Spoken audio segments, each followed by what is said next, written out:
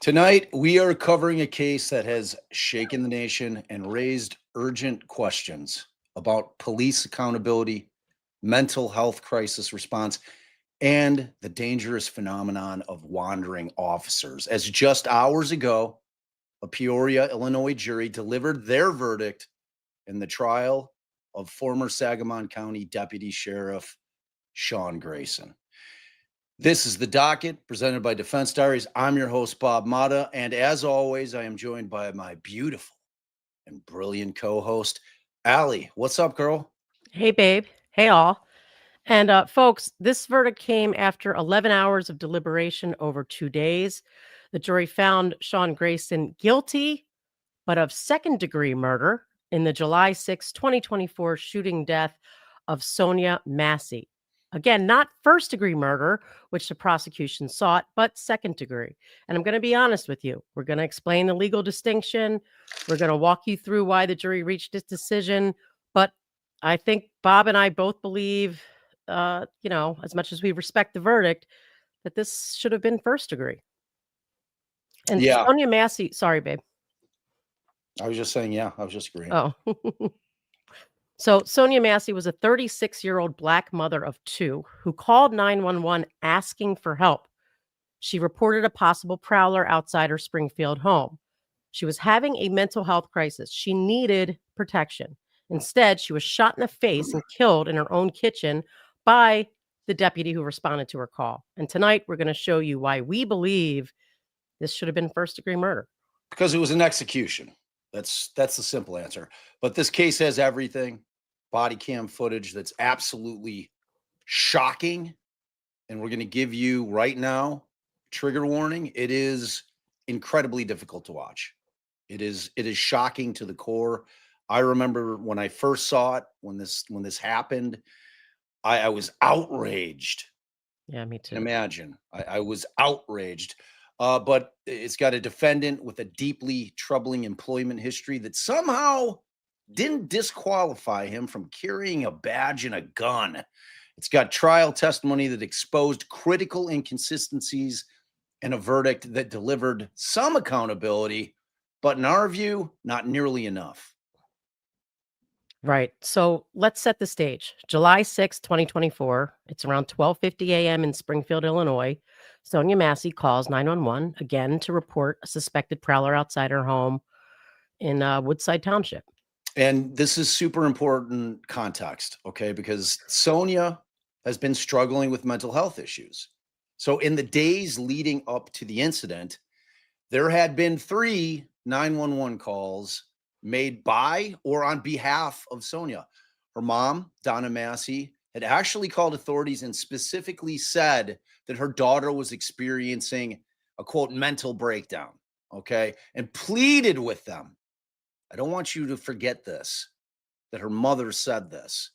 I don't want you guys to hurt her. Those words will just haunt me for the rest of my life. I don't want you guys to hurt her. Yeah, a little foreshadowing there. And, Bob and I always tell people, like, you have to fight the urge to call 911 when you have a mental health emergency. I mean, I think there should be advocating in the United States for a completely different number Yeah. other than 911 for when someone is suffering a mental health illness, when it's They a ain't the ones. They ain't right. the ones. Cops are not trained to deal with that at all. And let me say this, how hard would it be, all right, to take somebody who's in the police academy, somebody who wants to be an officer and say, "Hey, who wants to be officers that work in the mental health field or work alongside the um the Social workers, no, I'm like mind blanking as usual for like ambulance drivers, the EMT, first responders. yes, EMT and first responders, and then they train those people completely differently. They're just, they get a different psychological testing, something. Because if the concern is, well, we don't want EMTs responding to calls with no way to defend themselves. So you have like, our son is a fireman, as a lot of you know, if you're watching this, he's a fire medic. He's a paramedic and a fireman. It used to be that you had firemen and then you had the paramedics that went along with them.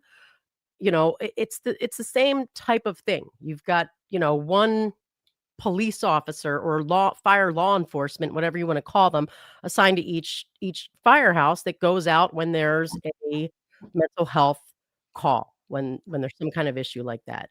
But I mean, that's just my thoughts on it. I'm sure Bob, I mean, you would be wholeheartedly agree that there should be some change in that vein, and a different number they call, and that the regular cops don't show up. Yeah, I agree wholeheartedly. Obviously, I Right. think that's, I mean, it was the thing that was being talked about when I think that people were confusing the defund the police thing back when that was going on while COVID was raging. And I think really the more the focus was, at Or least should in have been. my world, was that we need folks that are trained to deal with people that are either dealing with addiction or mental health issues, because that shouldn't be a cop's job. Their job is hard enough. Like dealing with the crime part of it is hard enough. When you introduce these other aspects of humanity into the mix, and they're not trained to handle it, you get what we have now in our society. You have officers that are undertrained and are not equipped to handle these types of situations, and they fall back on their training, which they were trained to handle situations like that in a criminal circumstance. So I mean, they're always going to fall back on the things that they were trained on, and unfortunately a lot of that is not geared Applicable. towards, like bringing down the temperature, right? It's just they're not very De-escalation. good at it. I mean, the de-escalation part of it is something that needs a lot of work, Right. just in And general. and we're gonna hear as we get deeper into this how the defendant in this case didn't even follow the police, policies, and didn't do things right even from a police perspective. But anyway, turning back to what happened here, just days before the shooting, Sonia had checked herself into like a 30-day inpatient mental health program and had returned home after only 2 days. She was in crisis, she needed help, and when she called 911 on July 6th, she was looking for protection. And so call goes out, right, to 911. Two Sangamon county deputies respond. Sean Grayson, who is the defendant here, and his partner, Dawson Farley. They get to the house. They search around the perimeter of Sonia's property. They find nothing suspicious, no prowler, no threats. And at this point, in my mind, they should be wrapping up what is a routine call. Right, but they go inside the home to get Sonia's information for the report, and this is where everything goes catastrophically wrong. In a matter of seconds, literally less than 30 seconds, Sonya Massey goes from a woman seeking help to a woman bleeding out on her kitchen floor with a gunshot wound to her head. And before we show you the footage, I want to talk a little bit about who Sean Grayson is, okay? Because this is where the case becomes absolutely infuriating from a policy standpoint. Okay. Sean Grayson, at the time of this shooting, was 30 years old. Okay. And he had worked for not one, not two, not four, but six, count them, six different law enforcement agencies in just 4 years. So that's what Bob referred to when he said a wandering officer. I mean, that is the definition. It's someone who bounces from department to department, often because they're forced out for misconduct, but never formally terminated, so they can just move on to the next law enforcement agency. Yeah. All right. So, let's break down what his history is in terms of his employment with law enforcement agencies. Okay, because it's insane. It's stunning, really. Okay, so you've got August of 2020 through July of 2021. He works for the Pawnee Police Department part-time. Okay, from February of 2021 to May of 2021, he works for the Kincaid Police Department part-time. From May of 21 to December of 21, he works for the Verdon Police Department part-time. So from July 24 of 2021 to May of 2022, he then gets a job with the Auburn Police Department full-time. And then from May of 2022 to April of 2023, he works with the Logan County Sheriff's Office full-time. And then finally, he gets a job in May of 2023 to July of 2024 at the Sangamon County Sheriff's Office full-time. That's 6 agencies in 4 years. That is a red flag the size of Texas. It just is. Yeah. And it gets worse because in 2015 to 2016, Grayson had 2 DUI convictions. And in 2016, he was discharged from the Army for misconduct, serious offense. He was a private first class stationed at Fort Riley, Kansas, serving as a wheeled vehicle mechanic. His discharge was characterized as general under honorable condition, but the reason was serious misconduct. I mean, So you get the same issue with the Army. you can't get into countries with the DUI conviction. You can't go to Canada. You want to go to Canada with the DUI? Tough shit. Can't go. They won't let you in. How did this dude get jobs with law enforcement agencies after he had 2 DUI convictions? I just don't get it. I don't understand it. So at the Logan County Sheriff's Office, where he worked for 11 months before Sangamon hired him, there's this recorded meeting between Grayson and the chief deputy where the supervisor is going through his complaints and his disciplinary issues.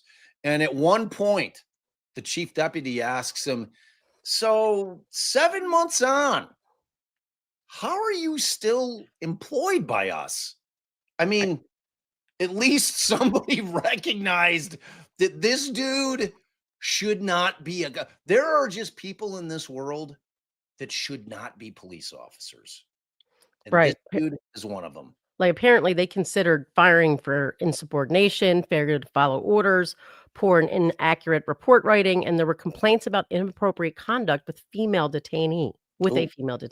Wow. But despite all of this, the DUIs, the Army discharge, the job hopping, the complaints, Sangamon County Sheriff Jack Campbell hires him in May of 2023. And Campbell's justification, he said prior employees commented that Grayson, quote, needed more training, but didn't report specific problems.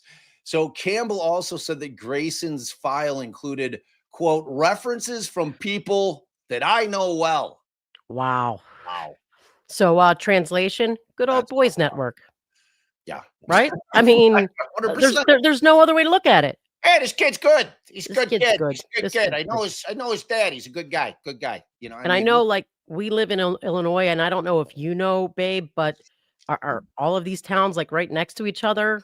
Or is he moving all over the state? I mean, I don't know, but I'm assuming yes. I'm assuming they're within, kind of like Close the proximity. shooting distance of one another, for lack of a better term. Right. So The Sheriff Campbell has since retired early in the wake of this shooting. The Department of Justice has opened an investigation into Sangamon County Sheriff's Office, and the family reached a $10 million settlement with the county. Yeah, and another part of this that came out of this entire nightmare is that Illinois has now passed Sonya's law, which is legislation requiring much more thorough background checks and transparency about an officer's employment history before they're hired. Wow. How ingenious. I can't believe they thought it. Like, what the fuck? Like, see, things like this shouldn't come as a result of something like this happening. Somebody should have some forethought. Gee, we should do more thorough background checks on who we're giving guns and badges to. I mean, what? But that law obviously came too late for Sonya Massey. Yeah. So, all right. So that's who Sean Grayson is. Now let's walk through what happened on July 6th, 2024. And babe, let me know. Like, we've got these like different versions of the um Body cam. video. Yeah. And I'm just not sure if I can share the sound Well, I through. mean, we'll throw it up, and if you guys got to let us know if you can hear it, because the problem with StreamYard is sometimes if it's not in a Google window, like you can't get the audio sometimes. But I think we'll be able to do it. I think that they've fixed that kind of little glitch. So hopefully, when we pull it up, when Allie pulls it up, we'll be able to Whoops. hear the sound because the sound's important. The sound's Whoops. important. Is it big? Is it big? I mean, should I make it bigger? No, I mean it's pretty good size. Okay, let's see if the sound works. Otherwise, I'll pull it up somewhere else. Did you hear that? No. Yeah. See, Let I it play told you. for a second. Let it play for a second. Because there was one where I didn't hear sound until the 26-second mark. No, I'm hearing the sound. Oh, So, yeah. okay. All right. We'll do it on the YouTube. Hopefully, it's the full version. Well, we need both of them too. You know what I'm saying? All I right. I think Mandy only sent me the one. Let's see. Yeah, that's a shame. All right. Are you sure it won't work? I'm sure. I could Okay. play it on the sound from my phone at the same No. time as we play. It worked last time even better than just the sound on YouTube. When you pulled it up there, what did you pull it up on? Like where was QuickTime. it? Oh, QuickTime. Okay. All right. So in the interim, GG sends a $2 dono. Hey, hi. This is a super sad incident. Rest in peace, Sonya, 100%. And thank you for that. And then Amanda, the 119. It's infuriating. Infuriating. It is. And I am so upset that Illinois does not allow streaming. And it's a judge by judge thing. Like we do allow cameras in the courtroom here in Illinois. Nobody does it. And I don't know why. This is a case that should have been streamed. I really wanted to go down for it. Springfield, like the area that it's in, is about 3.5 hours away from me. And I honestly thought that this thing was starting this Monday. And I came to find out, like, right when openings were happening, that it was starting. So, this is a case that I would like to have been in the courtroom for. All right. So we're going to start with the first video, which is when they arrived. So we had described it earlier. Okay. And it's, again, it's shocking. It could be triggering. To me, it's incredibly hard to watch. Okay. But it's the key piece of evidence in this trial. It's the body worn camera from Deputy Dawson Farley. It's Grayson's partner that night.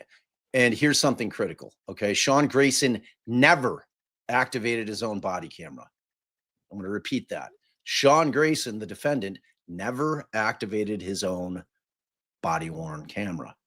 That's a violation of department policy. Grayson later testified at trial that he thought that he had turned it on. Oh, sure. But he didn't. And the only reason that we have any video of this incident is because there was one good cop that showed up at Massey's house that night. And Farley thankfully had his on. Could you imagine? Could you imagine had there been no video of this? Yeah, we wouldn't Where be where sitting do you think she we'd be? she wouldn't get any justice at all. Where do you think we'd be? No, that he probably wouldn't even been charged. There's no way. I mean, then it becomes the question: is Farley going to be the good guy? Is he going to be a good human being? And is he going to say what he testified to during this trial, which is, yeah, I didn't think she was a threat, which is what, we'll get to it when we get to some of the trial stuff. But would he have done that if there was no video of this entire thing? I mean, I would like to think that he would, that he's a good person, a good human being, because that's what counts, right? Is being I don't give a shit what your job is. Right. Are you a good person? That's what's fundamental in these types of things. All right. Right. So wait, well, but thankfully, he's Grayson, got his camera on, and from the moment they arrive. all right, and Grayson only turned his camera on after he shot Sonya, which means we don't have his audio leading up to the shooting. We only have Farley's footage and audio. Yeah, and that footage is absolutely critical because it contradicts key parts of Grayson's account of what happened. So at trial, Grayson's going to end up testifying that Sonya grabbed the pot. This is a quote: grabbed the pot, raised it, and threw it at him. But the body camera shows something very, very different. All right, so I'll play this footage now I know Bob gave a warning, but this is going to be disturbing. You'll see the moments leading up to the shooting. You'll hear the gunshots, and you will see the immediate aftermath. So we think it's important for you to see what the jury saw, but if you need to step away, we understand. And the jury got we don't have it. Hasn't been made public, but there was they tied everything together and created a different video from, I think, the two videos. I'm not sure, but this is what we've got.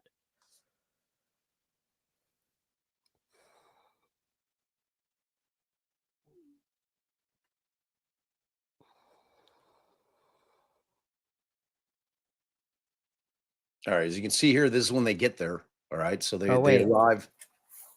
Sorry, I had Sheriff's office.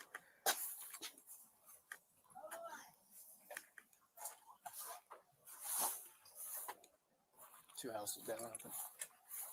Was something that happened earlier. Okay, perfect. All right, so what is your right last? there, so we could just describe what everybody's seeing. Okay, so you obviously see them arrive. You see them do the perimeter check. You can see your house. There's a vehicle in the driveway with smashed windows. That car belongs to Sonya, and it had been previously damaged. Okay, so whatever she may have called for, it wasn't that. If you were very observant, you saw that the vehicle in the driveway had the damage to the windows. Grayson testifies that when they approached the house, that he heard voices inside, okay, and that he was concerned when no one immediately answered the door. So when Sonya finally opens the door, watch what she says here, okay? So let me try to go back to that. Something that happened earlier. Oh. Two houses down. Was something that happened. Wait, what did it cut out? Two houses down. Two houses down. Was something that happened. Okay, so that might be on the other video because this one didn't have that sound. We'll just let it play out. I think. Okay. Yeah. Earlier. Okay, perfect. What is your last name? Shouldn't have to think about your last name.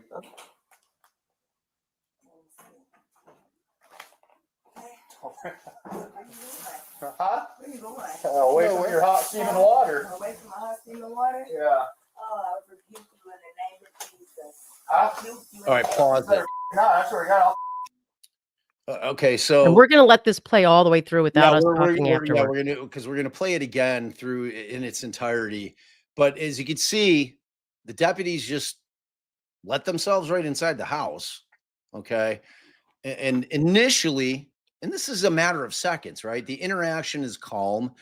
When she's not giving her last name, it tells you where her state of mind is, right? She doesn't trust police. She's a woman of color. I don't blame her. You know, I mean, it's pretty well known that black folk have a tough time, that people of color have a tough time with police. You know, so much so that they have their own set of rules, you know, that they always have to comply. Otherwise, you'll be dead, maybe. So, you know, I mean, that's just the facts of the country that we live in the current state of affairs in terms of interactions between law enforcement and people of color. So, you know, they ask her for ID. She's looking for it. She does seem disoriented. You know, I mean, when you watch this, you can see she seems like, I mean, what do you guys think when you're watching the video? She seems like she's a little bit out of it, right? A little Well, confused. this but one kind of cooperative. cut, right, but this one kind of cut some of that out. So maybe when we play all versions, um, Yeah, I mean, it's yeah, just well, maybe we should just play it out. Play it out. I mean, because it's coming to its horrific ending here very quickly. okay.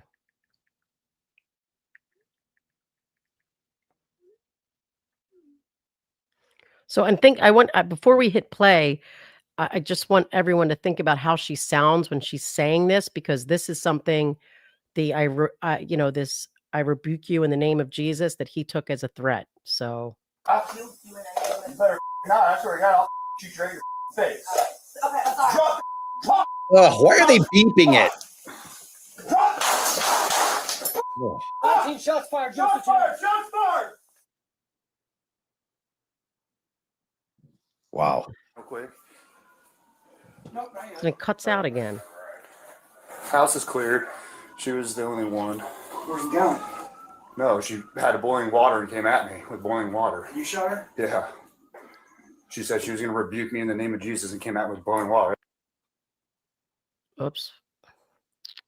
Okay, so apparently this fucking moron doesn't know what the word rebuke means. All right, pull that shit off. Where was that and why was it beeped out? And cut and stuff.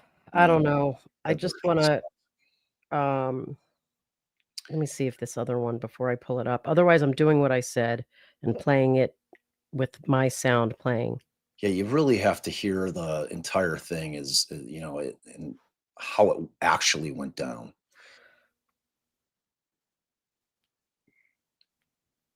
Let's see.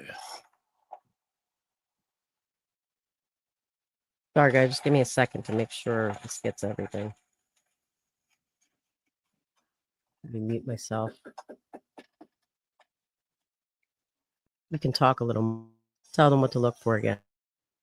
Oh, all right. I was trying to see, like, because I emailed it to myself. I wanted to see if it worked. Because this one's choppy too. Let me see if I can get this. Because this one's in a mail window, so I don't know if it's gonna work either. Tech wizardry. Like all kinds of people were like, yeah, you know, you guys really need to use like they were giving us all kinds of tips, babe, on how to avoid our tech wizardry in our chat the other day. All right, let me see. Okay. See, this is weird because I can't make it big. I don't know.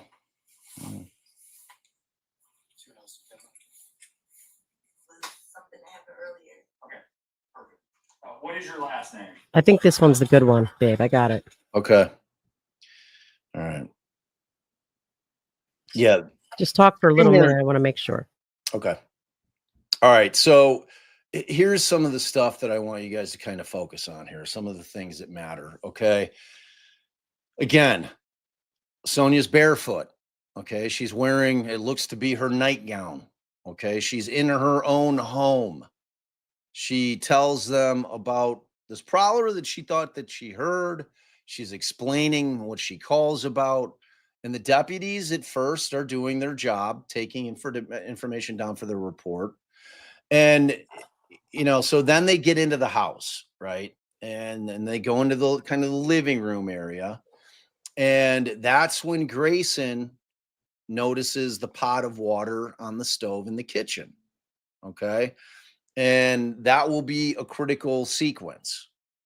Okay. So you'll see her, she's sitting down. You know, she's not causing any problems. She definitely seems a little paranoid, which, you know, I mean, we know coming in, we know. Seems like they should have known. Like that should be another thing that should be incorporated into, you know, the police in terms of what their responses are when it comes into 911. If people and you know, I mean, maybe it's a HIPAA issue. I don't know, but if somebody has voluntarily checked themselves in into a clinic, you know, if there's any kind of interaction with mental health care providers, I think that it would be helpful if that was somehow relayed to law enforcement, because again, if you watch our channel all the time, I talk about it all the time, that in my estimation, 80% or more of crimes that occur are related to either mental health issues or addiction issues, whether it be drugs or alcohol or both, or mental health issues and addiction issues combined. So, I mean, there's got to be a way, because it would have been, I mean, I don't know if this would have been avoided had they known going to the house, like if it popped up, like, hey, all right, well, she had just checked herself in on a 30-day. And look, like, I don't want the government knowing shit about me, you know? So, like, I could see both sides of that. I'm trying to figure out a way in which we can avoid situations from the beginning. If they go in with that type of knowledge, or and then maybe that incorporates like what Allie was talking about at the beginning of the live, wherein you're like, okay, look, we've got the officers that are trained. We know that we're going to be dealing with somebody who appears to be having some mental health issues. Let's get them in. Let's have them meet us there so that we've got the right people in place to handle it if that's what the case calls for. You know, instead of this dude who's had 6 jobs in 4 years, who's had multiple DUIs, who is by all accounts a shitbird. And you got this guy coming in who, you know, ultimately within seconds has fired a bullet into Sonya Massey's face. All right, let's play it. All right, let's go.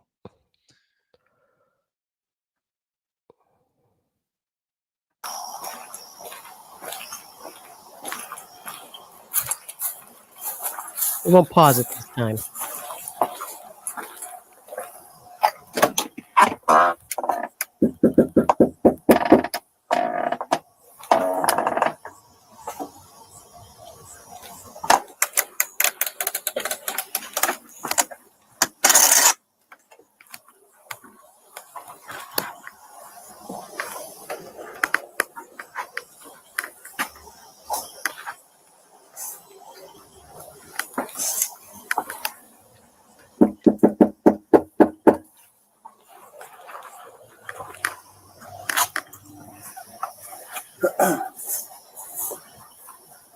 There's a bike sitting back there.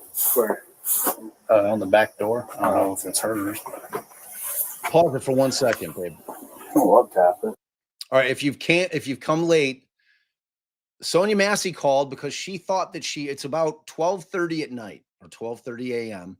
And she thought that she heard somebody outside of her house, a prowler. So she calls for help. She calls for help because she's afraid. And Pammy, I don't know if you were here earlier. She had been in a 30-day program. Okay. It's voluntarily gone in. And then she ends up coming out within 2 days. So she goes in for 30 days for mental health issues. All right. And, Yeah, but check yourself out early. Yeah. And her mother had called in a couple of times. And so it's known by the family. She's suffering from some mental illness right now. And the mother who called days before had mentioned it, asked them not to hurt her. But if you came late, you're getting the trigger warning now. You might want to step away. So Brutal. It's brutal. What Right. you're about to see is absolutely brutal. All right, That's let's another way to go. put it.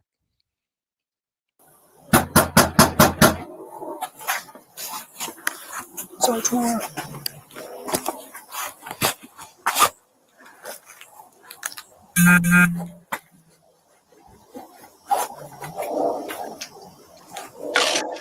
The only reason I was 319. making contact with her is because someone threw a brick to her. You want to try and call her 17 back here and let her know we're out front. So she's not answering at first. Yes, mess that up good.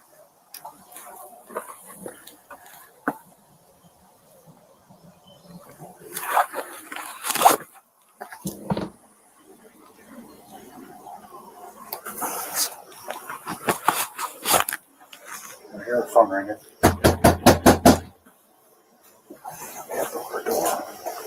Right. The one standing at the door does not have his camera on yet. Which is You didn't gracious. see anybody out walking that way, did you? No, not when I came in. I didn't see anybody that way. Yeah, this is an Illinois trial. The verdict just came down today. Not I straight. hear her phone ringing and she's refusing to come to the door, so we're about to go tonight.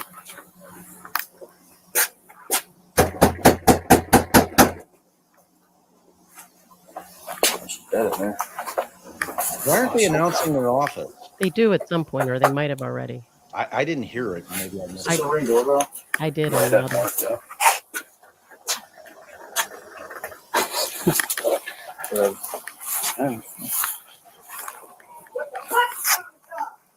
Sheriff's office! There you go. Go away. 2 houses down, I think. Oh, no, it's right here. This is way better video. Go ahead.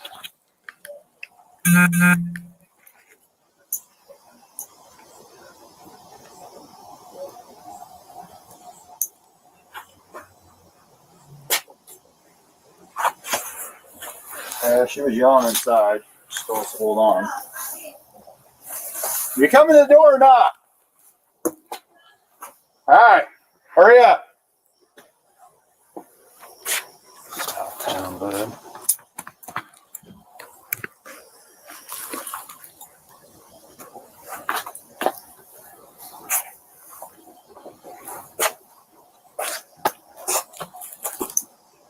Sure. Of course.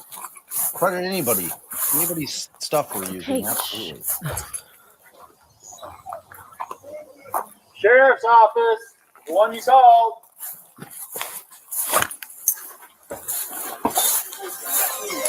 Somebody is out here and I need to go here. Please don't hurt me, y'all. Oh, we heard you. You called us. Okay, please. So what'd you hear? Somebody keeps outside my house, y'all. Please, Is this your car over here? please, God, please, God, please. Is this your car over here? Oh, Please, God. that's not your black car in the driveway? Mm-mm, Oh, well, we checked your yard. We walked around the whole block. We didn't see anybody. mm-mm. Right? You know, we don't. We checked the whole area. There's nobody out walking around. I know, y'all. Please, God, please, God. I'm trying to get help, y'all, but What do you need help with? nothing. I just, please, God, please, God, please. I don't know what to do. Do with what? Huh? What do you need help with? Nothing. I just wanted to see if I could help me. What do you want help with? Huh? What do you want help with? I heard somebody outside. Yeah, we checked your house. We checked your backyard. I walked all the way through all these backyards. We checked your front yard. We didn't see nobody, Yeah, so nobody's out here. You didn't see anybody? Nope. nope. Oh, Checked the whole area. okay. What took you so long to answer the door? Oh, I was trying to put on some clothes, sir. I'm sorry. I was trying to get. I got you. All right. Is there anything else we can do for you? Huh? Is there anything else I can do for you? No, sir. Okay. Okay. All right. You doing all right mentally? Yes. Sure. My medicine and stuff. All right. I love y'all. Thank y'all. All right. That's not your black car, though. The SUV? Whose is it? Mm, You don't know? Someone just parked it in your driveway? They brought it to my driveway. You just left it? Mm-hmm. Yeah, let's run that. Yeah. 19, I got a 20 clear. Does anyone else live here with you? Somebody else. David Mary 43556. You got a name? You got out of here or something? Take it to me real quick. Catch this. See who we spoke to.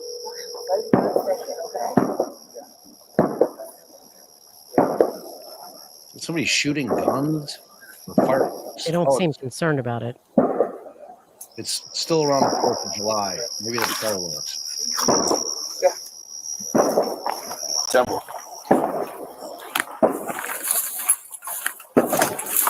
So FYI, he said, "Can you get some ID? Can we get your name?" And they were about to leave. They were literally, "Thanks, I love you," about to leave. Then this thing with the car, and he says, "Can you get some ID?" You can hear her in the background saying, "All right, just give me a second." So I don't know that she invited them to walk into her home. The problem is that the cop who had his body worn on is in the driveway when Grayson walks in the house. So we don't know if he asked if he could come in, Right. which he would need to. They can't just burst into your house unless it's, All right. And as you can see here, give credit to this police academy. no police activity. Thank Activity. you very much for using their Right. video footage. So we suggest that you guys check them out, follow them. So all right, let's continue. to This is play. a much better video. It's the Yes, whole thing. very good, very good.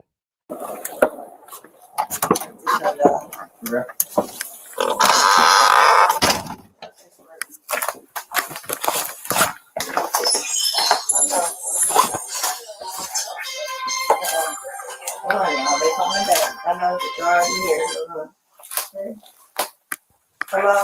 Yeah, I need, I got the sheriff department here, but I was calling for help from y'all. Are you there with me? They're here in my house right now. Okay, I'll let you go. You talk to them. No, hold on, wait a second, sir. You can hang up, Codwell. That's good. For what? You're there with the deputy, correct? No, hold on, okay? You can hang Hold up. on for what? Just 1 second, okay? She's afraid. Right. I got the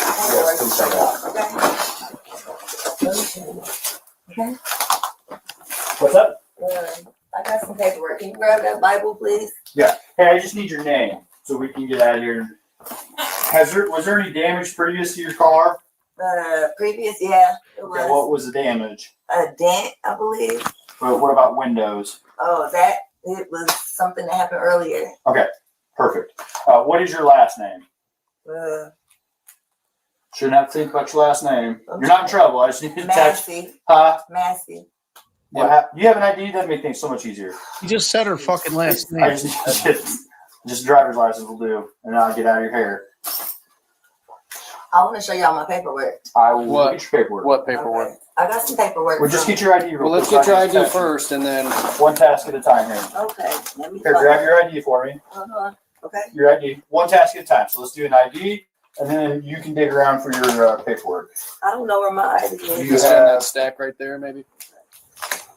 1 second. Keep pointing. Check on her. Let me get this. We don't need a fire while we're here. Right. Okay. Let me see. Okay. Where you going? Huh? Where you going? Away from your hot steaming water. Away from my hot steaming water? Yeah. Oh, I rebuke you in the name of Jesus. Huh? Rebuke you in the name You of better fucking not. I swear to God, I'll fucking shoot you right in your fucking face. Okay, Wow. I'm sorry. Drop the fucking pot! Drop the fucking pot! Drop the fucking pot! 19 shots fired. Shots fired! Shots fired! Drop the fucking pot! She's already dead, buddy. Bring EMS now. We got a headshot wound to the female. Headshot wound to the female. 1078. Fuck. I was on. I'm gonna go get my kit. No, you headshot, bitch. You're done. You can go get it, but that's a headshot. God damn it. God, fuck. Dude, I'm not taking fucking boiling water in the fucking head. And look, it fucking came right to our feet, too. God damn it. Well, when Fuck. God damn it. You good? I'm good. You good? Yeah, I'm good. What's her got? Let her fucking just. God. Isn't that what you do, man? Fuck.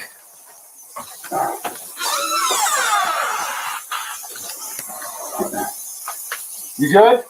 Alright. Fuck. Well, I mean, you know, what else do we do? I'm not taking hot boiling water to the fucking face, and it already reached us. Wow. Sure, Al. That's what happened. They got a 52 en route. Yeah, 1078. You and I. You better fucking All right, not. so I'm going to pause it here because this is the other guy's video, and I just want to mention, you know, you can hear that she's running cold water, I guess, to get rid of the hot water, whatever. Maybe she was mixing cold water into it. He's complaining that the water got near his feet, but that's because she had a pot in her hand and then she fell to the ground. When he shot her in the face. Right. When Right. he shot her in the face. I mean, he was already ready to shoot her in the face when she says, "I rebuke you in the name of Jesus." So, you know, just step back, buddy. Just step back if that's But if she you're wasn't concerned. threatening to throw the water at him. Right. She was dumping water into the sink. Right. So she was taking some of the hot water and like one of the cops tells her, what's that? You got, we don't want a fire here. Right. So, And she here's goes over there. the critical sequence. Grayson tells Sonya to take the pot off the stove. She gets up to do it. And initially, you know, there's some, you know, banter. He jokes about, like, 'cause she says, "Where are you going? I'm moving away from your hot steaming water." She goes to the stove, picks up the pot, she pours some into the sink, and then she says, "I rebuke you in the name of Jesus." Now, Right. again, Grayson testified at trial that he interpreted this as a threat on his life. He said he believed rebuke meant she intended to kill him. But Wow. watch the video. Does Sonya appear to be threatening here? No, of course she doesn't. You know, the use of force expert that the state puts on testifies for the prosecution, obviously. And this is a guy who testified in Derek Chauvin's trial. And he analyzed this footage frame by frame. And he said Sonia's statement shows indications of mental health issues. And I want to point out, when she first answers the door, when she finally comes out, and she keeps saying, "God, please help me. God, please." You should know there's something going on with her, right? She's got her phone. She's saying, "Please, God, please, God." So, she's in a place mentally where anybody, trained or not trained, should realize that there's something going on here, right, with her.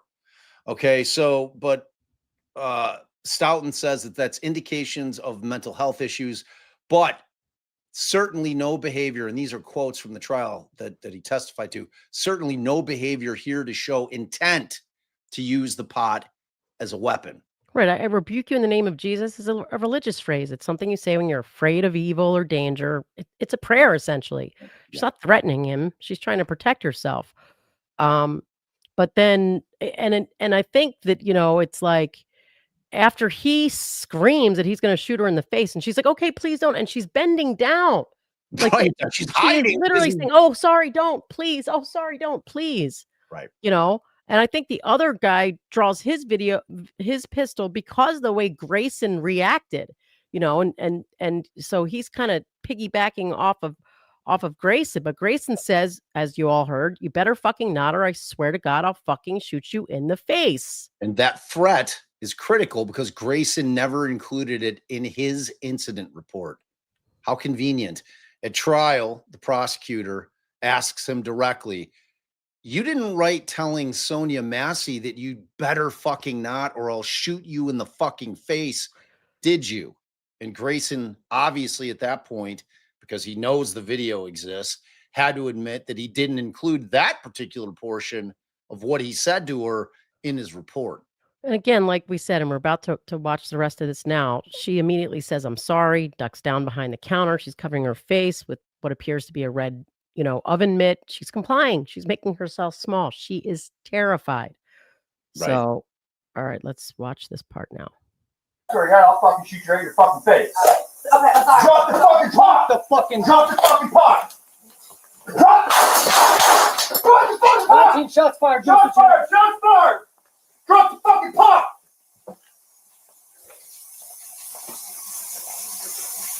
Bring EMS now. We got a headshot wound to the female. Headshot wound to the female. 1078. Fuck. I was on. He's talking about his camera. I'm gonna go get my kit. No, headshot, dude. She's done. He's You chuckling. can go get it, but that's a headshot. No, headshot, dude. What the fuck, dude? God damn it. God, fuck. Dude, I'm not taking fucking boiling water to the fucking head. And look, it fucking came right to our feet, too. God damn it.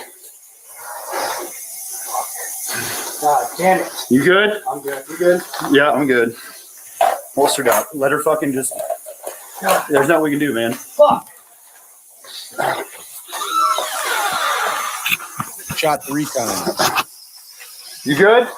All right. Fuck. Well, I mean, what else do we do?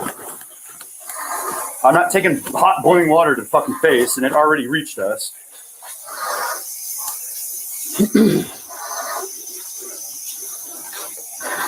They got a 52 in route. Yeah, 1078.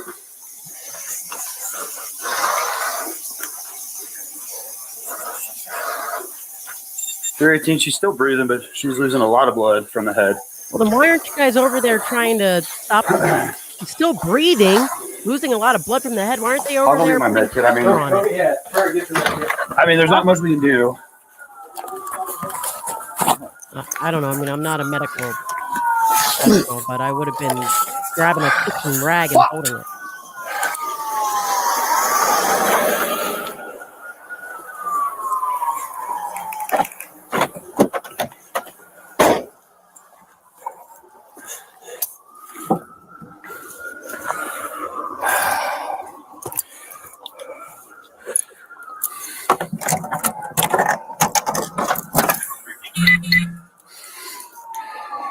Do we got any call history with her being 1096?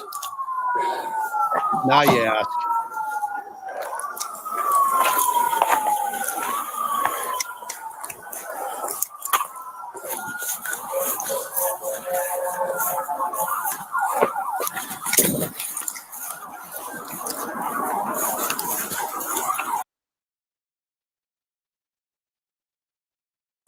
That would explain a lot.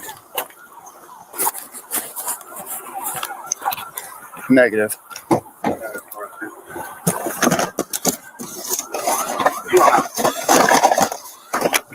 She's in the kitchen.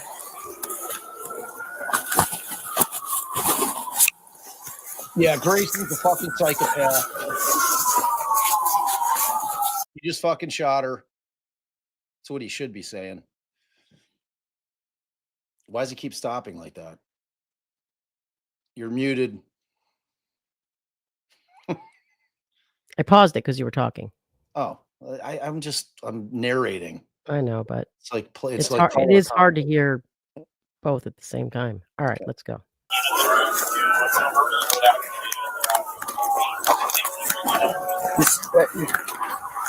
Just Sergeant, no, let's just chill out here. Just Sarge right now. Are you guys secure? Yeah, we're secure. That covered? No, it's just her in the house. She's 1096. Hold on.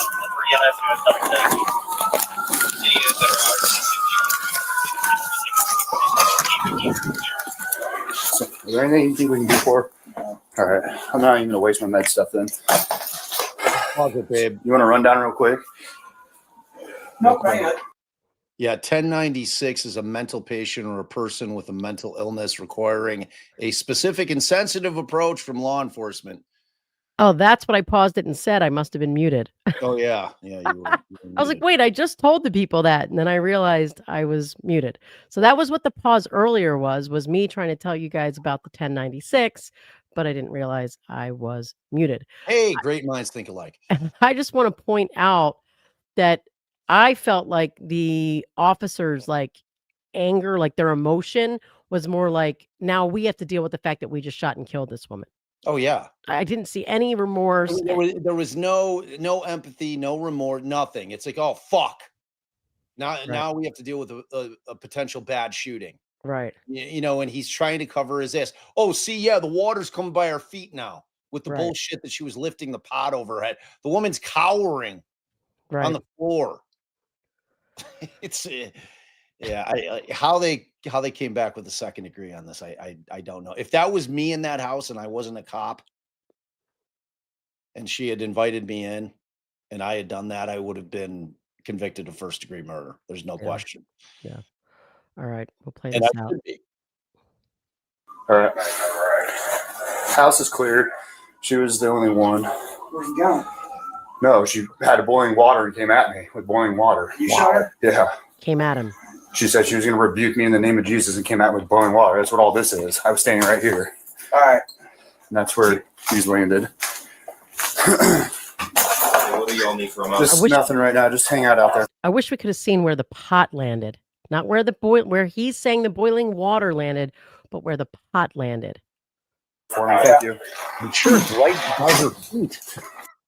She didn't throw the fucking pot. No, we didn't see She anything. had it in her hands and she ducked down when the guy fucking whipped his weapon out. And like right after he says, I'm going to shoot you in the fucking face. Right. Like there's no rational explanation for what that guy did. Like No. there's nothing that he said that checks out at all. This guy's a fucking giant piece of shit. All right, let's go. I need cranks and put them around the Bodycam house if you guys can. But other than that, that's I think it. Anything else, suspect? B. Oh, I didn't know I had it.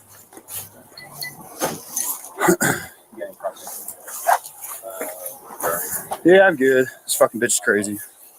Wow. He's calling her a fucking bitch after he shoots her in the face.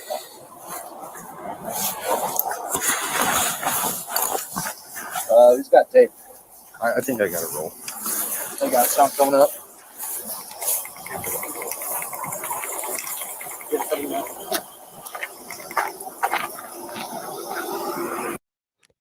And sorry to pause it again, but don't they carry the taser?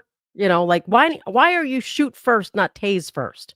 Not that I thought a taser's warranted, don't get me wrong, but if he's afraid, why don't you start there? All right, let's go. You got enough? If not, I got to roll.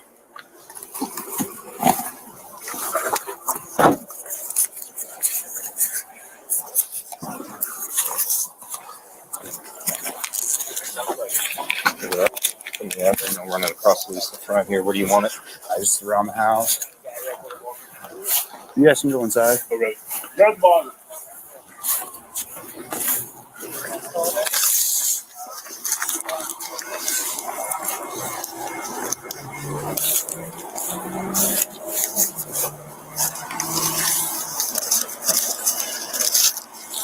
That's good. I don't know if she was relaxed, Mandy. Yeah. Take it off at the front.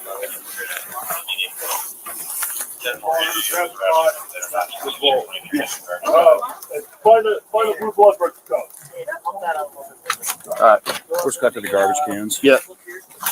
Closet.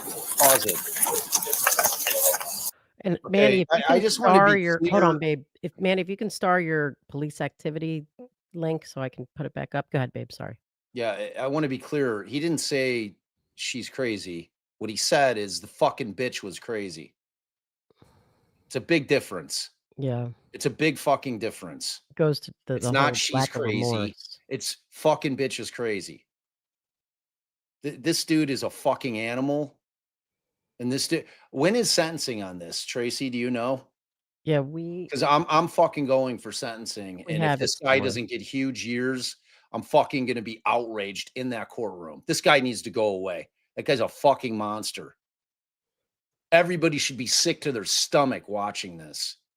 These are the types of people that have guns and badges in this country. And it should scare the shit out of you, especially if you're a person of color. She called them for help. January this is how it 29th, ends up. 2026 is sentencing 9 a.m. All right. All right, go. All right, got it. I was just pulling up the docket sheet, so give me a second.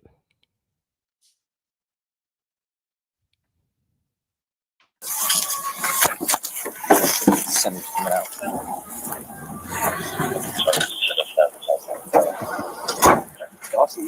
Yeah. Where's he at? Inside with me. He's good. Yeah. That's my fault, man. I didn't know. No, dude, it's good. It fucking happened so goddamn quick that we didn't have time to fucking call shit out. That it was me and. Yeah, that's what I was Dipshit. trying to figure out. Make sure we need to look for someone. No, we're good. I think she set it up on purpose. Wow. So, this is what it is. She set it up on purpose. He's trying to Wow. claim that this was a suicide Setup. by police officer situation. Wow. I don't know if anyone can fairly say that. I'd be surprised if anyone in this chat can fairly thinks it. I won't chastise you for it, but you know. What a fucking Weasley little liar, dude. Thanks, Mandy. All right, let's go. Yeah, rewind that. Did he call his partner a dipshit? Did Who? he say dipshit was with me? I don't know. Let's see. Loop it back just a few seconds. did. I thought That's I my fault, man. I didn't know. It was No, dude, it was good. It fucking happened so goddamn quick that we didn't have time to fucking call shit out. That it was me and. Yeah, that's what I was trying to Dipshit. figure out. Make sure we need to look for someone. calling his No, own we're good. partner dipshit. He either, yeah, I don't know. No, there's like no. He called his own partner dipshit. Yeah. I think she set it up on purpose. So, this is what it is. Man, I hate this motherfucker.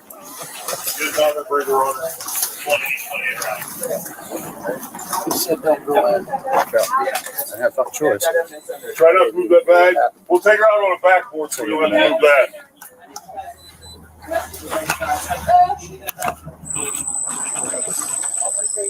Yeah, he's good, dude. I made sure he was good. Yeah, he was here for the whole thing. No, did he get hit? No. We barely got missed.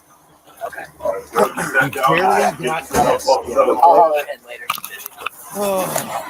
Yeah, we barely got missed by the puddle that came out after you shot her. Let's grab the backboard. No, you mean the water that ran down the floor? Right That's after. all that happened. Right. The water just ran down the floor towards where they were standing. Right. Dude, this fucking imagine the world just 10 years ago when we didn't have body worn camera and this shit goes down. Right. And you got a fucking piece of shit like this guy. Let's finish it. We just have a couple more seconds.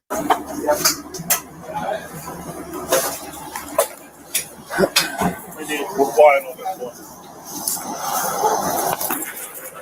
I'm gonna chill in my car. I'm gonna chill in my car for a minute. I got it. He goes in his car and just starts screaming.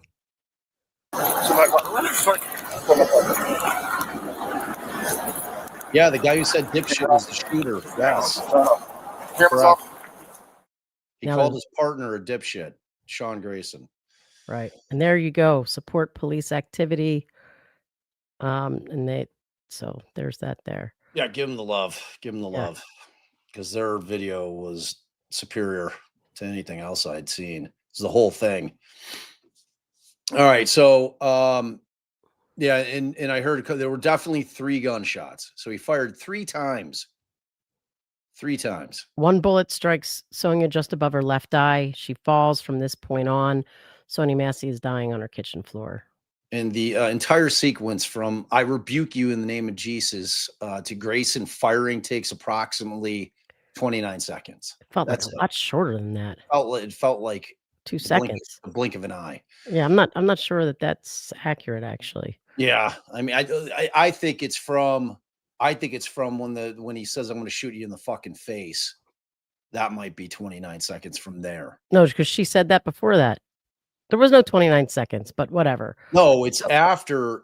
I thought She says I'm going to rebuke you in the name of Jesus. He says if you fucking do, I'm going to shoot you in the face. Okay, yeah.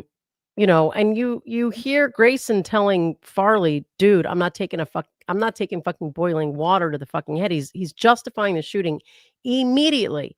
And then he says to Farley, who's moving towards Sonya to render aid, no, headshot, dude, she's done.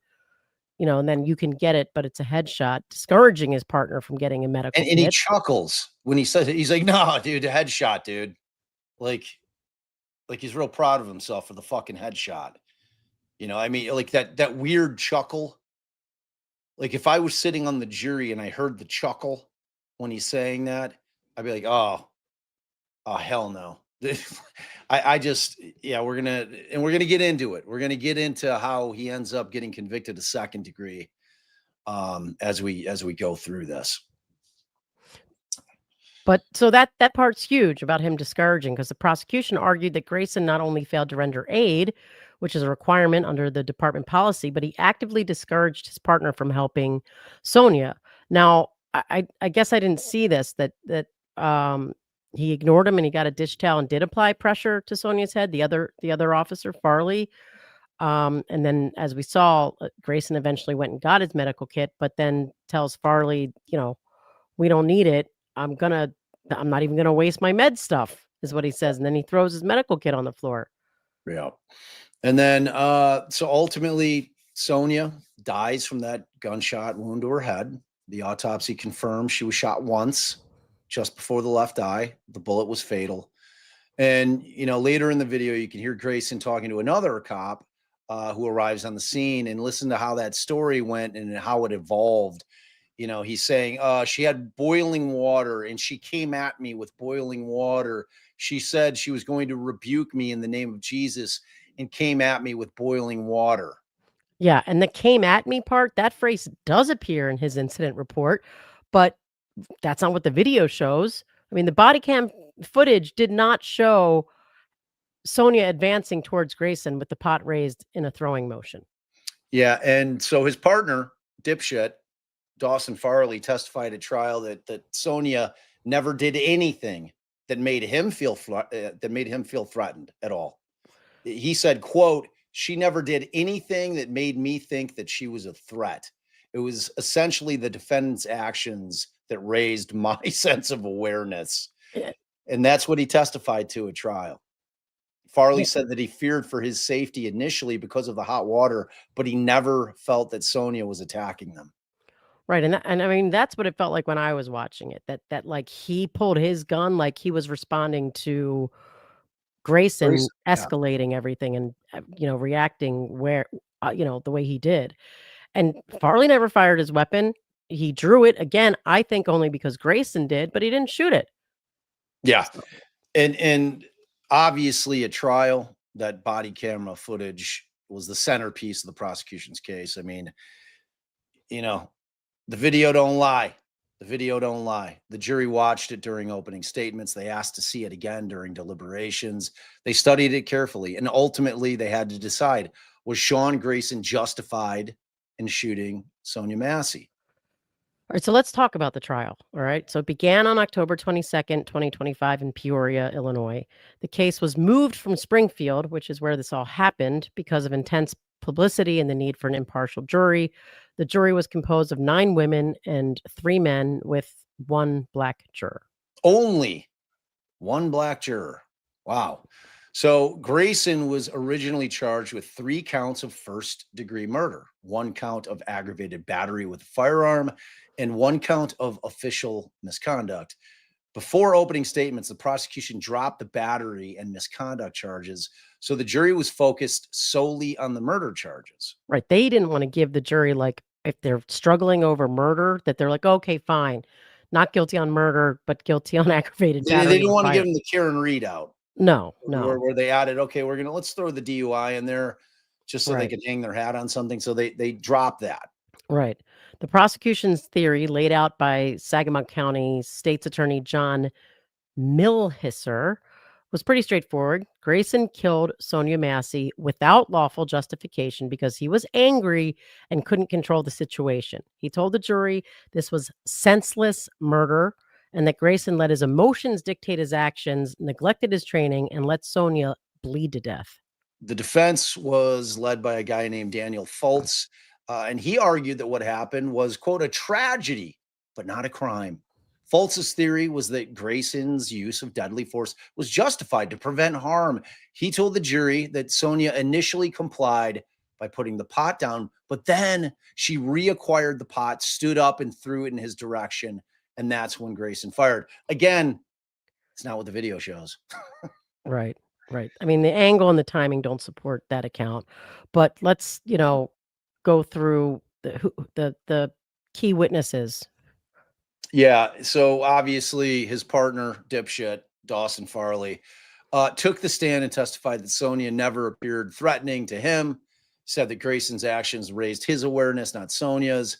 Under cross, he acknowledged initially telling investigators he feared for his safety because of the hot water, but he clarified that he never believed that Sonya was attacking them. He also said that he wanted to do right by Sonya by testifying.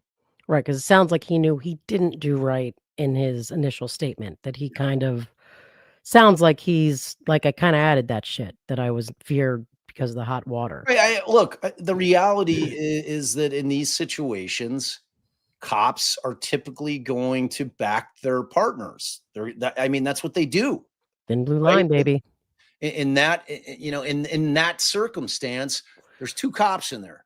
But, Dawson Farley also understands that his body-worn cam was on the entire fucking time, right? So he knows eventually they're going to see everything that went down. Right. There's going to be people beyond them, beyond the police department, that are going to be looking at this video. So, at some point you're going to have to say, all right, dude, you fucked up. And I'm sure when he heard his partner there call him dipshit, that probably was like, wow, this fucking guy, this guy's calling me a dipshit. I would love to have been a fly on the wall when he was sitting in the room watching that video. Yeah. So then the prosecution called Sergeant Anthony Mayfield, who was the chief deputy at the time, and he testified that Grayson violated multiple Saginaw County policies that night, policies about use of force, body-worn cameras, conduct, and rendering aid. And then the prosecution called Seth Stoughton, who I was telling you earlier. He's a use of force guy, expert, law professor, and he's got some serious weight to his credentials. Again, he had testified in the Derek Chauvin murder trial. He analyzed the body cam footage, testified that Grayson's actions were tactically unsound and actually escalated the situation. He said Grayson should have recognized signs of mental health distress, and threatening Massey was the wrong approach. Stoughton also testified that by advancing towards Sonya after drawing his weapon, Grayson created the danger that he then claimed justified shooting her. It's similar to, as the prosecution argued, an officer intentionally and unnecessarily putting himself in front of a moving vehicle and then justifying the use of force because he was in fear of being struck by that very vehicle. That's a really good analogy, by the way. Mm-hmm. So, of course, the defense in the battle of the experts, they called their own use of force expert who reached, of course, different conclusions. And they called a couple of different guys, Glenn Corbett, who was a use of force consultant, and he testified that Grayson acted within department policy and that his proximity to Massey was necessary for the line of sight. Corbett argued that Massey escalated the situation. So that was going to exactly what I said earlier, because I think jurors are going to be like, well, why didn't you just back yourself up some? He already said, when she's like, where are you going? And he's like, I'm backing up from that boiling hot water. So they put this expert to be like, oh, his proximity was necessary for line of sight. But why do you need a line of sight if you're too far away for hot water to get, come near you? I mean, she's 10 feet away from him. You fucking step back. Oh, you couldn't hit me with water from 10 feet away. I guarantee you. Right. Let's go downstairs and try it. You guys wait. We'll be back in 3 minutes. All right. So they also call Kevin Davis, who's another use of force expert with almost 50 years in policing. And he testifies that Grayson didn't violate use of force policies and emphasized that the totality of the circumstances, that he was justified in his actions. Davis argued that deadly force can be a de-escalation technique. Really? Wow. Yeah. That's one way to de-escalate shit. You know what? I'm going to de-escalate this right now. I'm going to fucking de-escalate by killing that person. De-escalated. Say, everything's calm now. Right. So you had, like you said, per usual, dueling experts, and the jury had to decide who was more credible and whose analysis better fit what they saw on the video. Wow. Kevin Davis. I'd like to get him on the show. Can you tell me a little bit more about this theory of yours that deadly force can de-escalate? That's a good technique? Yeah. I want to hear more. Tell me more. What the fuck? I mean, when you're trying to find experts, it can be very difficult. Okay.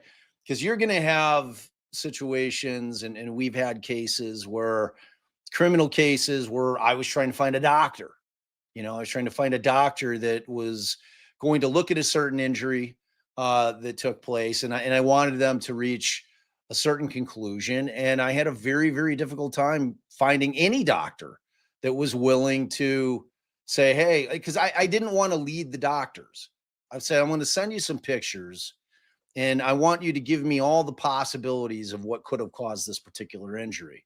Right. I didn't want to be like, okay, this is exactly what we're looking for. But then even when we said, so do you see any signs of X, Y, or Z? They're like, no, I couldn't say that from that. Right. So but like, don't forget, and we can move on from this, but that injury had been like clean and whatever it's called before the pictures were taken. So they weren't getting I don't think they were able to make a fair assessment. But yeah. So then the defense also called Deputy Jason Eccleston, I would say.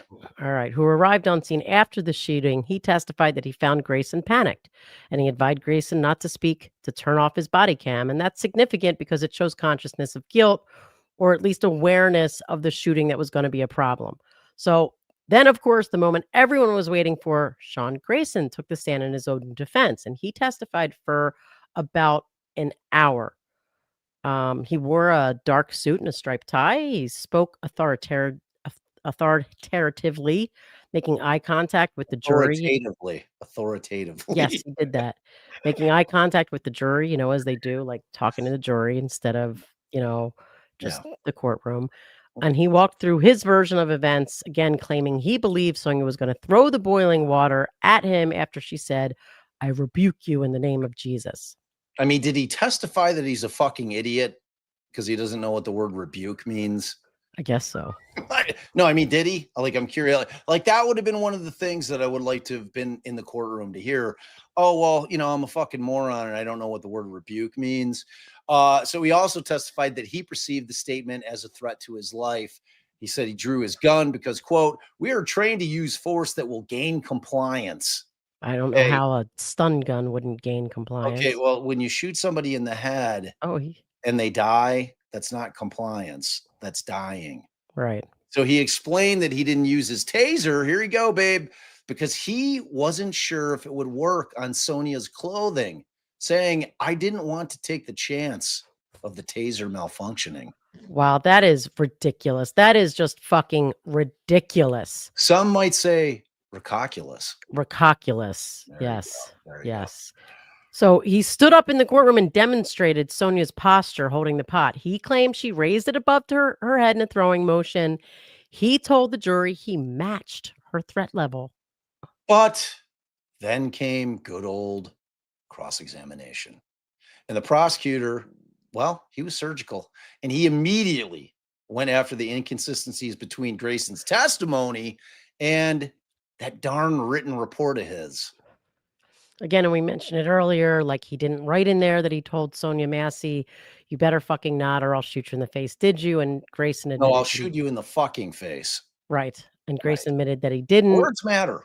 Words matter. He said, and this was devastating, if Farley had his body worn camera off, nobody would have heard what you said, that you said that. and that's the point. And Bob, you made the point earlier. Without Farley's body cam, we wouldn't know that Grayson even threatened to shoot Sonya in the face beforehand. We'd only have Grayson's sanitized version of events. And unless Farley did the right thing. Right. And again, it's impossible to know what Farley would have done in this situation. I like to think, as I said at the very beginning of the live, I'd like to think that he's a good person above and beyond all else, no matter what his fucking job is. And that he would have realized after the fact that his partner was a fucking savage and that he killed this woman in cold blood, and that he would do the right thing. Even if there wasn't body worn cam, but we'll never know, because there is. But, it's one of those things that I always think about because, there was generations of police interactions that were never caught on video because it didn't exist. And we can only wonder what happened in all those cases. Right. And the prosecutor also pointed out that in Grayson's report, he claimed, like we said before that Sonya grabbed the pot, raised it, and threw it at him, and that the video didn't clearly show that throwing motion. Yeah, and the prosecution's closing hammered away at that point, babe. The prosecutor dramatically held up the pot and the gun in front of the jury and said Grayson had no right to shoot Sonya. He argued that Grayson wasn't scared. He was angry. He was pissed. The quote from the trial is, "It's not because Sonya was having a crisis. It's because he snapped."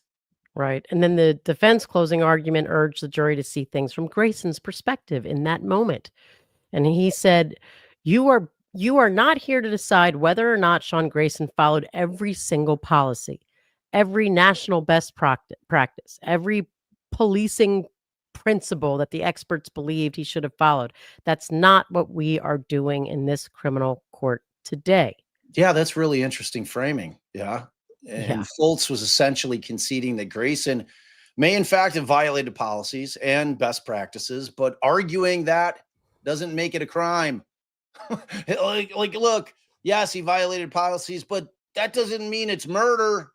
Yes, it does. He was asking the jury to focus on Grayson's state of mind in those critical seconds.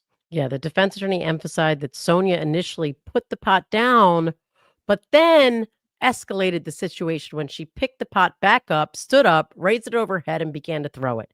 He said Grayson believed his pistol was his only option. Yeah, I mean, look, the video speaks for itself again, So at that point, they're done. The jury gets their instructions, and they're told that there are 3 possible verdicts. Okay. There's guilty of first-degree murder, and then the lesser included of guilty of second-degree murder, and then, of course, not guilty. And then the jury was sent out to deliberate at about 11:40 on Tuesday, October 28th. So, and it gets interesting because the jury questions asked during their deliberation tell us a lot about what they were focused on and how they were thinking about this case. Yeah, absolutely. The jury questions are like a window, and they always are. And like Allie and I, whenever we were waiting for a verdict, when we get the call, because the way it goes down is they want you stationed somewhere within 5 to 10 minutes of the courthouse, right? And you have no idea how long they were going to be deliberating, right? So Allie and I would typically go to a restaurant because it was always seemed like the evening. And when we get the call, we'd have our phone charged, fully charged for when the clerk calls, says, "Get your ass back to the courthouse," and the first thing we say, is it a verdict or is it a question? And then when it's a question, we're like, "Oh my God, this is great." Because it gives you a true, like a window into the jurors' minds typically. So they show you what evidence is most important to the jurors. And we can also find out whether they're having disagreements or confusion, sometimes over the instructions. Sometimes they're asking for other evidence or to have evidence be sent back to them, or they want to review the video, whatever the case may be. So, jury questions are always something that we love to hear are happening because it also shows that they're deliberating. Right. And on the first day deliberations, the jury's very first request was to rewatch the body cam footage. That was granted. They watched it behind closed doors, letting us know, obviously, as we'd all assume, that the video was central to their analysis, which makes sense because it's the most powerful evidence in the case. Then things got a little more complicated. So the jury sent back questions about the use of force jury instructions. Specifically, they were confused about 2 specific instructions. One that explained when a use of force would be justified, and another that explained when it would not be justified. Right. So the jury wanted to know, are these 2 instructions linked together or are they separate considerations? And this caused a 30-minute legal discussion, obviously outside the presence of the juries. The lawyers were huddled over their computers. The judge went back to his chambers to research case law, trying to figure out how to answer this question. Geez, very different than old Judge Cannoni, right? I mean, because if you watch that Karen Reed trials, plural, that the instructions were critical in terms of were they understanding them. We know now, ultimately, they didn't understand. Alan Jackson had fervently argued about clarifying the instructions that ended up being the issue in the first trial. And Canoni was like, nah. I mean, she ended up changing some wording, but she still just wouldn't put the not guilty box on there. It's like jury instructions are so critical in terms of, because it's really the guidebook for the jurors when they go back to deliberate. I mean, that is what they're using. That's what they're looking at. That's what they're reading. And you need them to understand fully what the fuck they mean. Right. And what this is, and this is significant because it shows that the jury was really wrestling with the self-defense issue. Okay. That they were trying to understand the legal standard for justified force versus unjustified force. And ultimately the parties agreed to send back a note telling the jury that they have all the evidence. This is like always, it's so frustrating that they have all the evidence and that the two instructions are separate pages. Basically, you have what you need. Now go ahead and deliberate. And that's like the typical answer to that kind of thing, which is super frustrating. Right. The jury also asked for some material that wasn't in evidence. I don't know what that was. I couldn't find anything more details in any of the news articles, but that was denied. And then after deliberating for about 6.5 hours on the first day, they were sent home to resume in the morning. Yeah. And so day 2 of the deliberations, that was today, October 29th, jury comes back at around 8:30 in the morning and immediately has 2 more questions. And this is where it gets really revealing. Right. So the jury has to see Grayson's law enforcement training history and employment history. So think about what that means. They wanted to examine his background, all those agencies he worked for, his training. Is this guy a fucking psycho? Right. His training, his qualifications. So it tells us they didn't only focus on the body-worn cam. They were asking bigger questions. Should this man have been a cop? Was he properly trained? Does he have the history and job, his history of job hopping and disciplinary problems, inform their assessment of his credibility and decision making? Because, as we say before, 6 agencies in 4 years and everything else, jury heard all of that. Yeah. And again, like if Allie and I are walking back, if we're on the defense side of it, okay, which we always were, and we're hearing that question, we're like, oh shit, that's not good. Right. They're already thinking about right. We're like, and that tells us the jury's not just focused on the 29 seconds in her kitchen, right? They're asking the bigger questions. So, and remember all that information about Grayson's 6 agencies in 4 years, the DUIs, all that shit. I mean, the jury heard about it. And so it's important for the lawyers to know, while they're deliberating, that they're fucking thinking about it. Right. Right.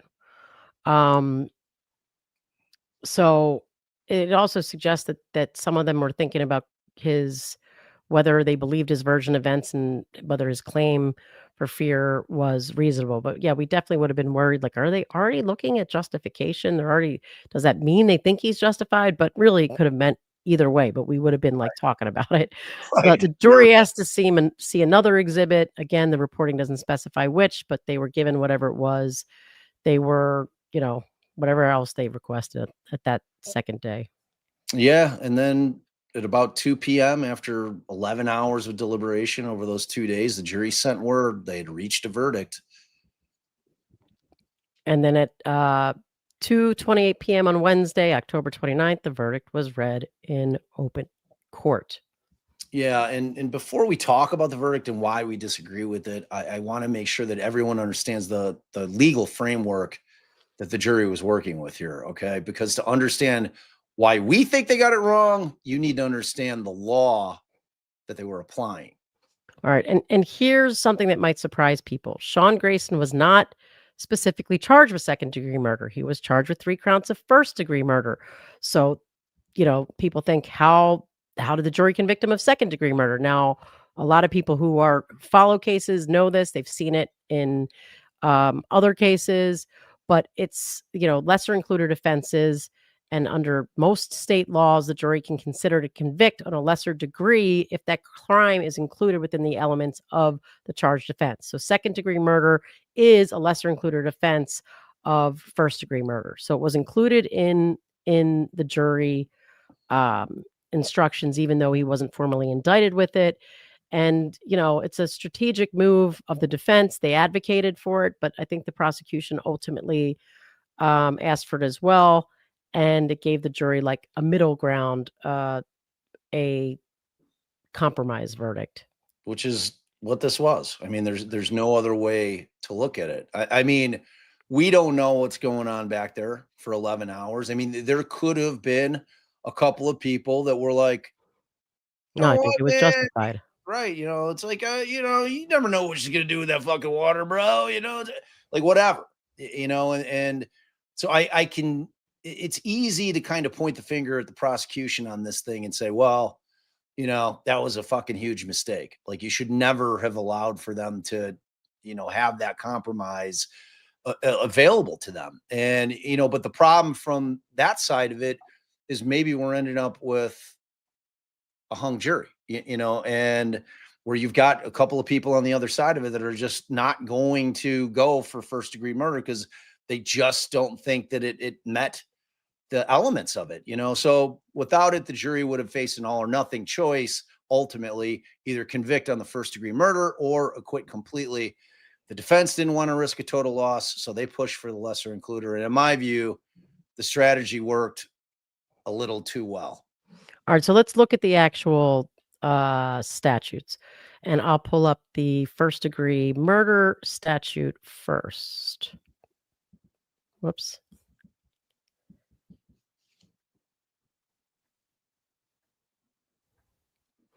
All right. So this is the Illinois statute. First degree murder. All right. The defendant shall. Oh, wait.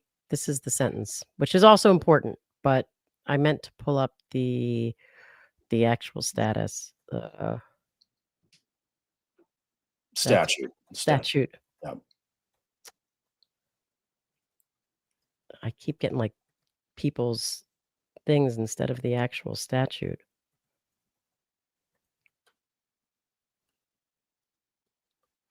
No.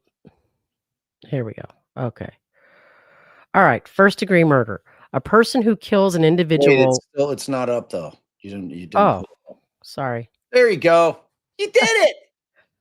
A person who kills an individual without lawful justification commits first degree murder if, in the performance of the acts which cause death, 1, he or she intends to kill or do great bodily harm to that individual or another, and no such act will cause death to that individual or another, or he or she knows that such acts create a strong probability of death or great bodily harm to that individual, or he or she, acting alone or with one or more participants, commits or attempts to commit a felony. That's not relevant here, a forcible felony other than first degree murder. So that part's not relevant. All right. So, that's he knows he's intending to do an act that's going to cause death or serious bodily injury. So let's move to the second degree murder statute. Actually, I have that up here, so I might have to stop sharing and then reshare. Yeah, and while you're pulling it up, I mean, you just have to understand in the state of Illinois, first degree murder carries serious time. I mean, we're talking from 20 to 60 years in prison as a base sentence. So if you discharge a firearm that kills someone, which Grayson obviously did, then there's an automatic enhancement of 25 years to life added on top. So first degree murder could mean that Grayson is rotting for the rest of his life in prison. Right. All right. So second degree murder, and I'll just read the relevant one. A person commits the offense of second degree murder when he or she commits the offense of first degree murder, as defined, like we just read. You all right, honey? Either of the following mitigating factors are present. So the first is like sudden and intense passion, resulting from provocation. That's not relevant. This is the one that was relevant here. At the time of the killing, he or she believes the circumstances to be such that if they existed, would justify or exonerate the killing under the principles stated in Article 7 of this code, but his or her belief must be reasonable. It must be reasonable. When the evidence of mitigating factors defined in Section A, which we're not talking about, so let's move to the other one.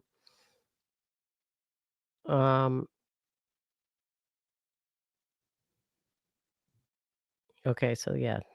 And then the sentence for second-degree murder is anywhere from 4 to 20 years. So um, that's the difference there with that.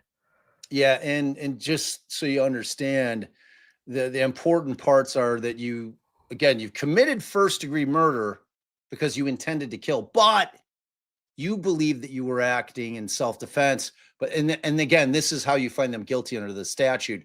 But that belief was unreasonable. It wasn't a reasonable thing to think.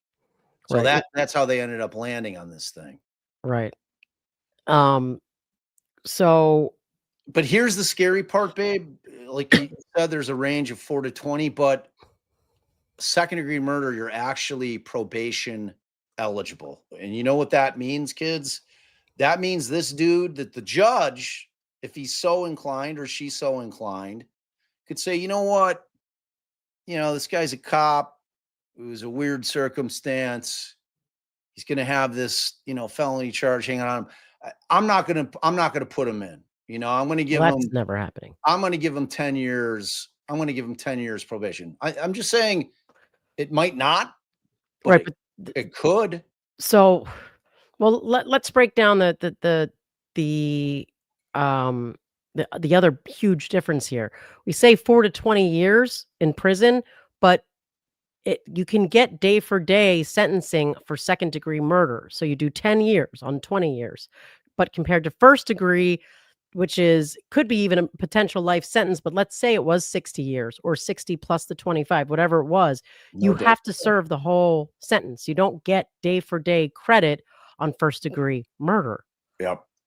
And so like on the low end, so if the judge says, okay, I'm going to give you 4 years and he gets day for day, dude's doing 2 years. And I don't know if he was out on bail. No, I think he's been in. At least that's what I thought I saw. So he's been in. So if he's been in for the entire time for a year and change, and he gets 4 years, this guy's walking in a few months. Right. Which is not okay. No. The jury did find Grayson not guilty on all 3 counts of first degree murder and found him guilty on second degree murder. So they believed that Grayson intended to kill or harm Sonya Massey. They believe that he genuinely believed he was acting in self-defense. And that's where I kind of take issue. I just don't even believe that he thought it was genuine at the time. He just I don't believe it. And then that they found that his belief was unreasonable. So I can understand how the jury got to that verdict, even though I disagree with it. And we definitely respect, the jury's ultimate verdict. So you can kind of see how they would get there. Although I take issue with whether he genuinely believed he was acting in self-defense. Yeah, I agree. But if they don't have that second element, if they don't believe that he believed that he was acting in self-defense, they can't even get to second degree. Right. And I agree. I think that is the sticking point. I don't know. And again, we respect the jury's verdict, but watching that video, stripping everything else aside, forget the fucking experts, forget all the other bullshit. Watch that video, listen to what he's saying, listen to how he responds after he shoots her. How can anyone think that dude in that position who looks to be 6'2", 6'3", he's got his, his bulletproof vest on, he's got his gun out and trained on her. How could anybody believe that guy actually believed that he was acting in self-defense? Right, especially because he could back up. Even if he thought she might throw the pot, he could have backed all the way up. Let's go do it right now. Like, you stand at the stove, I'll be on the other side of our island, and you try to hit me with the water. I'll give you like a half a pot of water. We got the same pot. Like, it's not red, but it's got the handles on the side. You try to throw it at me. I want to see if you can get a drop on me. The red was her, the pot holder. Oh, okay, whatever. I thought the pot was red too. Yeah, I don't know, man. I don't know. It's disappointing. You know, So here's some more of our reasoning. Let's talk about premeditation. People think premeditation means like you're actually planning for days or hours. It doesn't. Under Illinois law in most states, premeditation can form in seconds. And that's something that's often brought up in first degree murder cases. In the time it takes to draw his weapon and pull the trigger, you know? yeah. Um, And you know, when this guy formed his premeditation, when he said, "You better fucking not, or I swear to God, I'll shoot you in the fucking face." That's when this became premeditated, in my estimation. That's not a reflex. That's not an instinct. That is a verbalized threat. He formed the intent at that moment because you know what he ended up doing? exactly what he He said. shot her in the fucking face. And he announced Literally. it. So he formed the intent and then he announced it and then he did it. And then we all saw it. Sonya apologized. She said, "I'm sorry." She ducks down behind the counter. That gave him time. I mean, not a lot of time, but time to reassess. A reasonable officer would have recognized in that moment that the threat, if there ever was one, had passed. But Grayson didn't de escalate. He advanced towards her and fired instead of, even if he thought there was still a possibility, advancing backwards. Advancing backwards. Yeah, that's premeditation. I mean, he thought about shooting her. He threatened to shoot her. He had a moment to reconsider. And you know what? You shot her anyway. That satisfies the legal standard for premeditation in Illinois. Right. And the second point, the threat itself negates self-defense. Someone acting in genuine, immediate fear for their life doesn't make threats. They react to imminent danger. The language Grayson used, "I'll shoot you in the fucking face," the language of is the language of someone asserting dominance, someone who's angry, not someone who's afraid. Yeah. I mean, compare that to Deputy Farley. Good old dipshit, right? Farley also drew his weapon, but he didn't scream profanities at Sonya. He didn't threaten her. And critically, most importantly, he didn't shoot her. So Farley was in the exact same room at the exact same time, facing the exact same threat. Yet he didn't fire his weapon. That is powerful evidence that there was no imminent deadly threat. That's why this verdict bugs the shit out of me. Right, because he We accept testified to it, that. but it bugs the shit out of me. Right. He testified to it. He said Right. that. Nothing about it threatened me, you know? And then Grayson created the danger he claims justified the shooting, as we keep talking about, and that their use of force expert, testified to. So I don't know. But before Grayson escalated, there was no threat. She is standing in the kitchen with a pot. After he screams, she gets down. I mean, the prosecution compared this, like we said, to the officer jumping in front of the car. You can't manufacture the danger and then kill someone because of the danger you created. Right. Exactly. Under Illinois self-defense law, you cannot create a dangerous situation and then claim self-defense when it actually escalates. That's basic law. If you are the initial aggressor, you lose the right to claim self-defense. Like that's why I kind of love that analogy with like, oh, I'm gonna jump in front of the car and I'm gonna point my weapon at the vehicle and then forcing the person to try to drive away because I'm afraid they're gonna, they're afraid I'm gonna shoot them. But then, when they're driving away, I'm afraid that they're gonna actually run me over. So now I have to shoot and kill them through the windshield. Right. And if Grayson genuinely believed he was acting in a lawful self-defense, why did he lie about what happened? Why does his incident report omit the facts that he threatened to shoot her in the face? And that's something, again, the prosecution hammered on, that he didn't put it in his report. So, Yeah. and saying that she came at him, that's another lie in his report. Or, it's an exaggeration. Yeah, It's not behavior of someone who genuinely believes they had to shoot in self-defense. That's the behavior of someone trying to justify, an unjustified shooting. And, and, his failure to render aid, his failure to activate his police report, his active discouraging of his partner, throwing the medical the kid on the floor. Yeah. I mean, everything he did was indicative of, like he realized immediately, oh shit.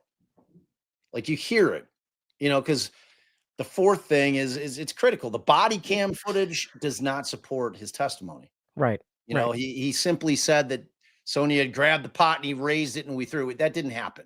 Right. And the other point that the prosecutor made, he just kept drilling that he didn't kill Sonya because he was afraid. He killed her because he was angry.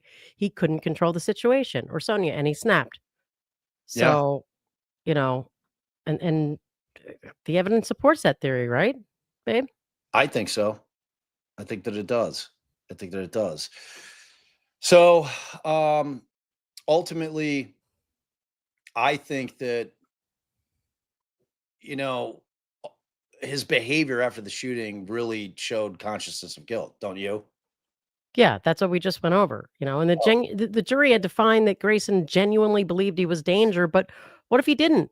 What if the self-defense claim was fabricated after the fact to justify an unjustified shooting? I mean, I guess that they could have had reasonable doubt on that issue, you know, like maybe he really did believe it. We don't know that he didn't, you know. So that could have been what's, you know, what was going on behind them. You know, if you're lying about what happened, they don't know. So that could have been, you know, reasonable doubt in their minds. So that's what, you know, what got them to go to second degree murder. But, you know, all the things that we went over, you know, that he had time to premeditate, even if only seconds. He verbalized his intent to shoot her. He created the danger. He claimed self-defense contradicted by the camera. He acted out of anger, not fear. His behavior shows consciousness of guilt. He shot a woman who was apologizing and cowering. And then his pattern of misconduct shows poor judgment. You know, his lies about what happened indicate he knew he wasn't justified. So at the same time, even though, like we're saying, we think all of that should have rose the level of first degree murder, the jury deliberated 11 hours. You know, they examined the evidence carefully. They asked thoughtful questions. They reached a unanimous verdict. And like you said, you know, we respect the verdict. I may not agree with it, but I respect it. You know, and I mean, look, 12 citizens heard all the evidence, albeit 11 of them were white. They saw all the witnesses. They evaluated the credibility in ways that we can't fully do from outside the courtroom. I mean, again, I wish I was there. Like, I'd have different takes. I'd have much different takes if I would have sat in that courtroom, you know, than having to kind of follow the news and the media reports, because that's the best evidence that we get when we're not in the courtroom, because they didn't stream it, you know. And ultimately, in their eyes, and ostensibly, they followed the law as instructed by the judge, and they reached a verdict. Right. And, you know, like we said, there's huge discrepancies in the two sentences, but at the end of the day, he's going to go to prison, you know. But it's just like you were saying, you know, if he got a low sentence for a woman who called for help and then was shot in the face in her own kitchen, it just feels insufficient. In her pajamas. Right. I mean, Sonya Massey deserved the recognition that what happened to her was first degree murder. The second degree verdict suggests there was some legitimacy to Grayson's fear, some reasonableness to his perception. And I just don't believe the evidence supports that. You know, I think it was murder, plain and simple. Yep. Murder. It's red rum all day.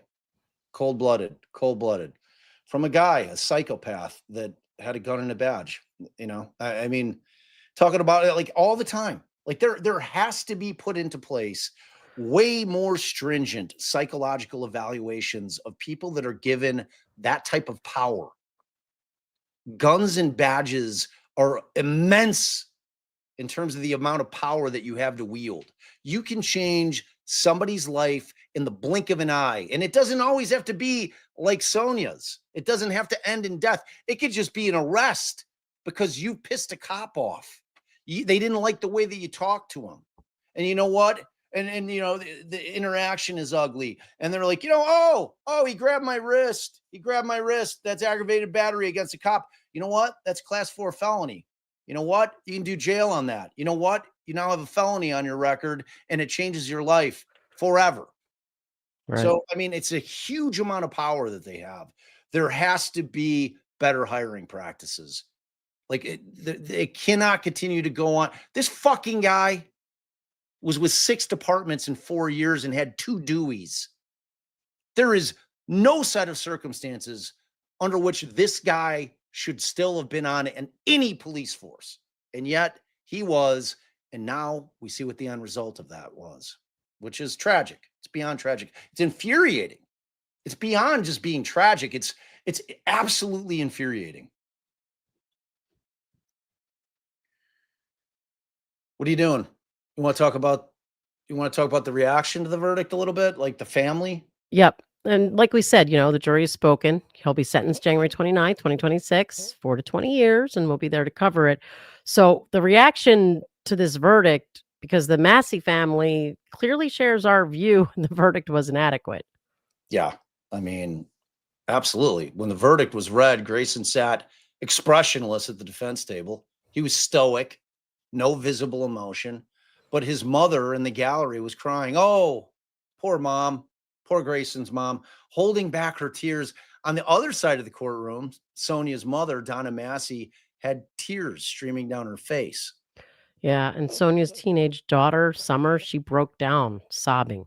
And as the family left the courtroom, Summer was screaming that Grayson should have been convicted of first-degree murder. I mean, that's heartbreak, that's rage. It's completely understandable to react that way.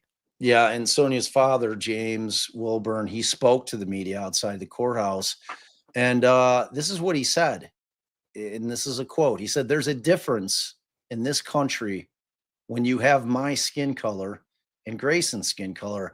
We need serious justice, not a miscarriage of justice that happened here in Peoria."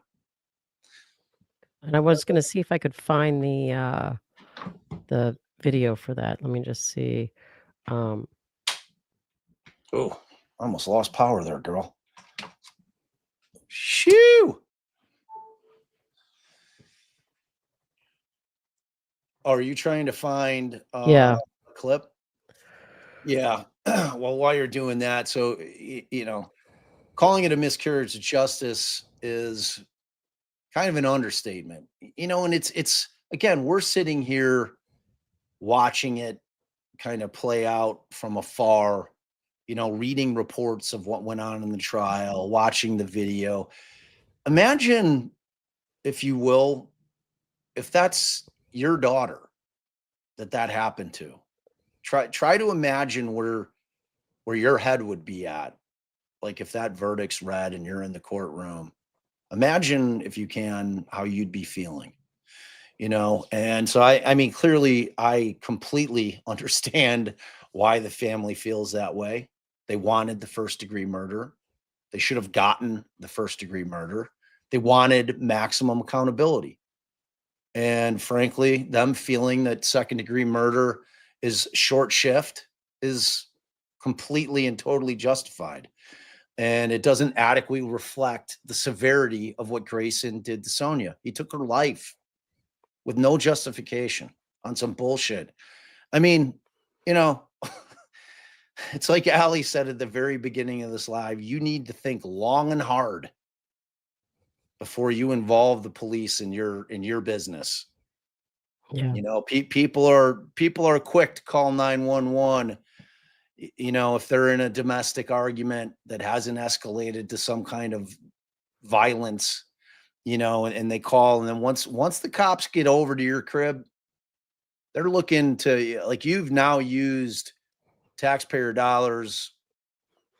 They have now headed over to your house. They're now in your house. They're spending their valuable time investigating what's going on here.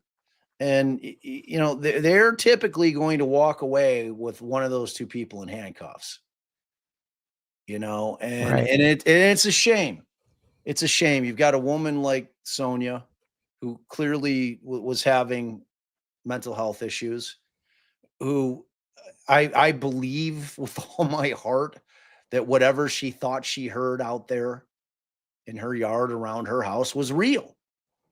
And, and then she makes the call. And it's And just so devastating that she was so scared. It was like she knew something was going to happen. I know. Sometimes I think people like that get labeled with mental health illness might actually have like a deeper sense than we have. Like I don't know, I don't know. I've got a I know what friend you're who, saying. I know what you're right. saying. Like, because she was like from the jump, you know, like, please don't hurt me. Please don't hurt me. And like trying to keep 911 on the on phone. the line. I mean, that was so Yeah. telling to me. So telling. She's like, no, I don't want you to hang No, up. don't hang up. And they're like, it's Wait, okay, you can hang these up. motherfuckers are on my house now. like, and the other part of it, remember, you know, Farley walks away. So, you know, he leaves Grayson on the front stoop. And like, that's one thing that I didn't see in any of the reporting, how he ended up getting into the house. And I'm talking about Grayson, because that's when Farley goes down the driveway, walking towards the vehicle, which was parked way, way down. It was a very long driveway. And by the time he's walking back, and he's the only one who has his body worn camera on at that point, you see Grayson walking into the house. Right. And like Ali pointed out, like, we don't know. Does he say, well, can I come in? And she's like, yeah, sure. Because remember, if you just think back to like 30 seconds before, this thing was over. You know, like, he's like, Grayson's like, oh, well, is there anything else we can do for you? Like in a real snotty, shitty, snide Right. way to her. And she said, no, love you guys. They giggled and said, all right. And she's going to shut the door. And then he asks the stupid fucking question about the car. You know, so like how he ends up in her house, to me, is still unknown. But in my estimation, if he wasn't invited into that, like I'm dying to know if that part of it was brought into this. And the problem is that little portion of it, they could both have lied about. Or frankly, it would have just been him, because Farley wasn't there to hear whether or not she invited him in.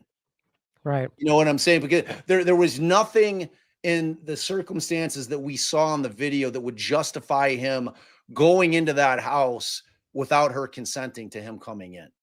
Right. And like I said, you heard on the video when he first asked, she said, all right, give me a second, you know?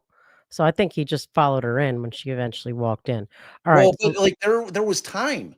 Like you're like, none of that was before this. Like, because then Farley walks down, he leaves him on the porch. Right. But like, I don't know what part you're talking about. You're kind of. It was once Farley left, you could still hear in the background Grayson asking her for ID and her saying, all right, give me a second. You know. Oh, yeah. I couldn't hear that. Maybe you heard it better since you were playing it. Because I didn't hear any words being said like once Farley walked away. But did you hear her say, yeah, come on in? No, that's what I'm saying. Her response was, give me a second. Okay. All right. So, which to me means wait the fuck there. I'll be right back. Right. That's what I'm saying. Yeah. So, all right. I'm a father. Sean Grayson should be able to get out of jail. My daughter can get out of that burial vault and walk out of Oakwood Cemetery. And I know that clock that's waiting for him, he can get to it as soon as he can. And it wouldn't make me any difference at all. But there's a difference in this country when you have my skin color and Grayson's skin color. We need serious justice, not a miscarriage of justice that happened here in Peoria. We need to pass the George Floyd Policing Act. We need to pass the John Lewis Voting Act. Yes. We need to make the Sonya Massey law across the whole United States. Yes. Then no family in our country can go through what our family has gone through, because this man should have never had a badge and a gun. Right. This man was kicked out of the service. That's right. He was in 6 police departments in 3.5 years. That is shameful. Shameful on Sangamon County for even having a person like that, giving him a gun and a badge. And his gun, he had a sight on it. He had a laser sight. So all he had to do was put that laser sight where what he said he was going to do. He said he was going to shoot my daughter in the face, and he did it.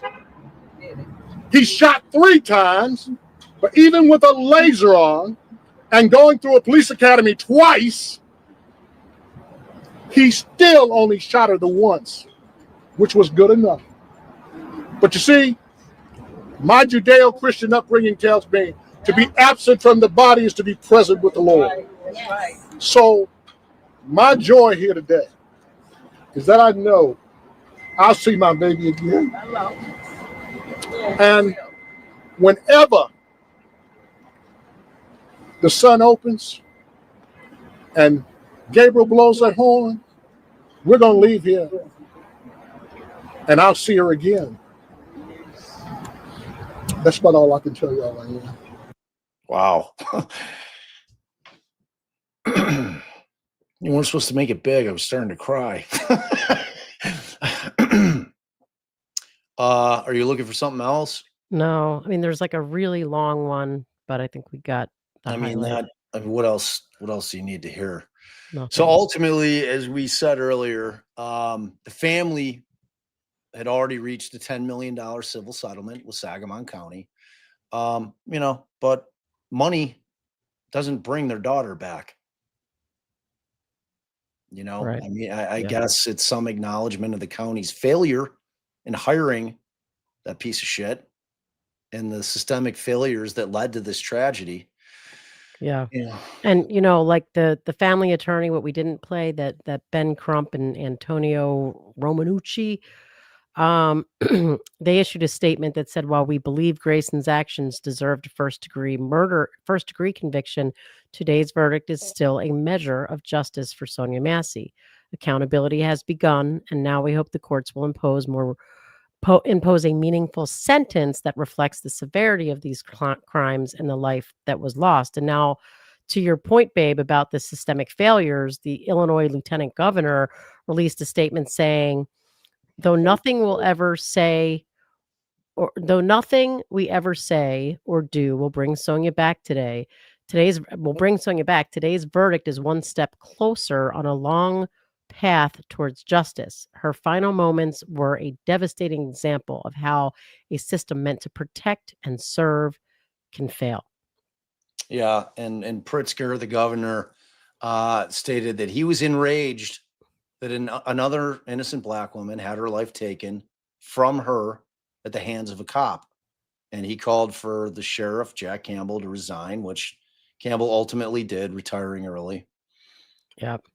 Even had like the NAACP releasing a statement blaming politicians for empowering officers like Grayson and advocated for federal police reform legislation. Yeah. And, ultimately there were protesters out there that they were celebrating the guilty verdict, and it was a guilty verdict, but, they were chanting the last thing that Sonya ever said, which is, or one of the last things, I rebuke you in the name of Jesus. And they chanted it as a rally cry. It's a really, really sad case, Yeah. And then they had like Sonya Massey's cousin. I think it's Sante Massey, expressed the family's frustration perfectly. He said, I'm fueled by rage right now. If you get an officer who says he's going to shoot you in the face and then he shoots you in the face and you only get second degree murder. Yeah. I mean, and that frustration, obviously, we echo. The family clearly wanted first degree. It's what he deserved to get. And second degree just doesn't adequately reflect what Grayson did. I mean, it's as simply as you could put it, it was cold-blooded murder. Yeah. It was cold-blooded murder. It was an execution. That's it. It's that simple. Right. That guy was judge, jury, executioner in that moment in time. And, I mean, I'm worried about the sentencing. I think that you're a little more, we're talking about Central Illinois. I know. We're talking about Central Illinois. I know. Yeah, it could go poorly. It could go badly. I mean, when you mention, you talk about the systemic issues like exposed by this case, because Sonya Massey's death is not an isolated incident. It's part of a problem. You mentioned the wandering officer problem. We've talked about, everywhere that he worked, and it's a well-documented phenomenon in law enforcement that officers who commit misconduct or perform poorly at one department simply move to another. They resign before they can be fired, which means they don't have a termination on their record, and the next agency doesn't know why they really left, although you damn well know they assume there's issues when there's that much movement. I mean, seriously, come on. If you're if you're Sagamon and you're looking at like this dude's resume or application, and you're not asking like, dude, okay, it's been 4 years. You've been with 5 other departments. What the fuck's going on with you? Like, what's your deal, dude? Like, what is going on? Then shame on you, Right. because it's absurd. You know, it's like, and background checks don't do it. Like that's the problem. Like the psychological testing thing is different than a background check, because guys that are typically applying for police jobs have never been arrested. That doesn't mean that they're not raging assholes because they've never gotten caught or never committed a crime. You know, you need to have the psychological testing that has to be super rigorous. Mm-hmm. I understand that it costs money to do that, but at the end of the day, you know, the concept of serving and protecting has been gone for so long that I don't even know if they actually put it on their cars anymore. Like when I was a kid, every cop car used to save that. Like you always just say serve and protect. Well, we're so far removed from that. And it's a shame, because you know what? There's fucking really, really good people and really, really good cops out there. And, you know, it's like we talk about this on the channel all the time too. It's a shame that bad cops spread their stink all over an entire department, but they do. And we can't, you know, I want to be in a place where I trust the people that we're paying our tax dollars, that are out there doing a very dangerous job and a thankless job. You know, I want to be able to trust them, you know, and Right. I it's mean, like, you want to be able to tell your kids that's who you call right, if you're in trouble. right, If you're, that's who's going to help you. That's who's going to protect you. And like you mentioned earlier, it's an unfortunate truth that that's not what black parents can tell their kids ever. They tell them like what you said. I don't care how outrageous their orders might seem. Do exactly what they say. right. Do exactly what you Comply, say. And comply. right. And you going back to what you pointed out about like the psychological background, you know, that's something that needs to focus on race. I say it all the time. If you are more afraid when you see a black face than a white face, you should not be a cop. If you are frightened of black people, and I'm not saying that that's what was in play here.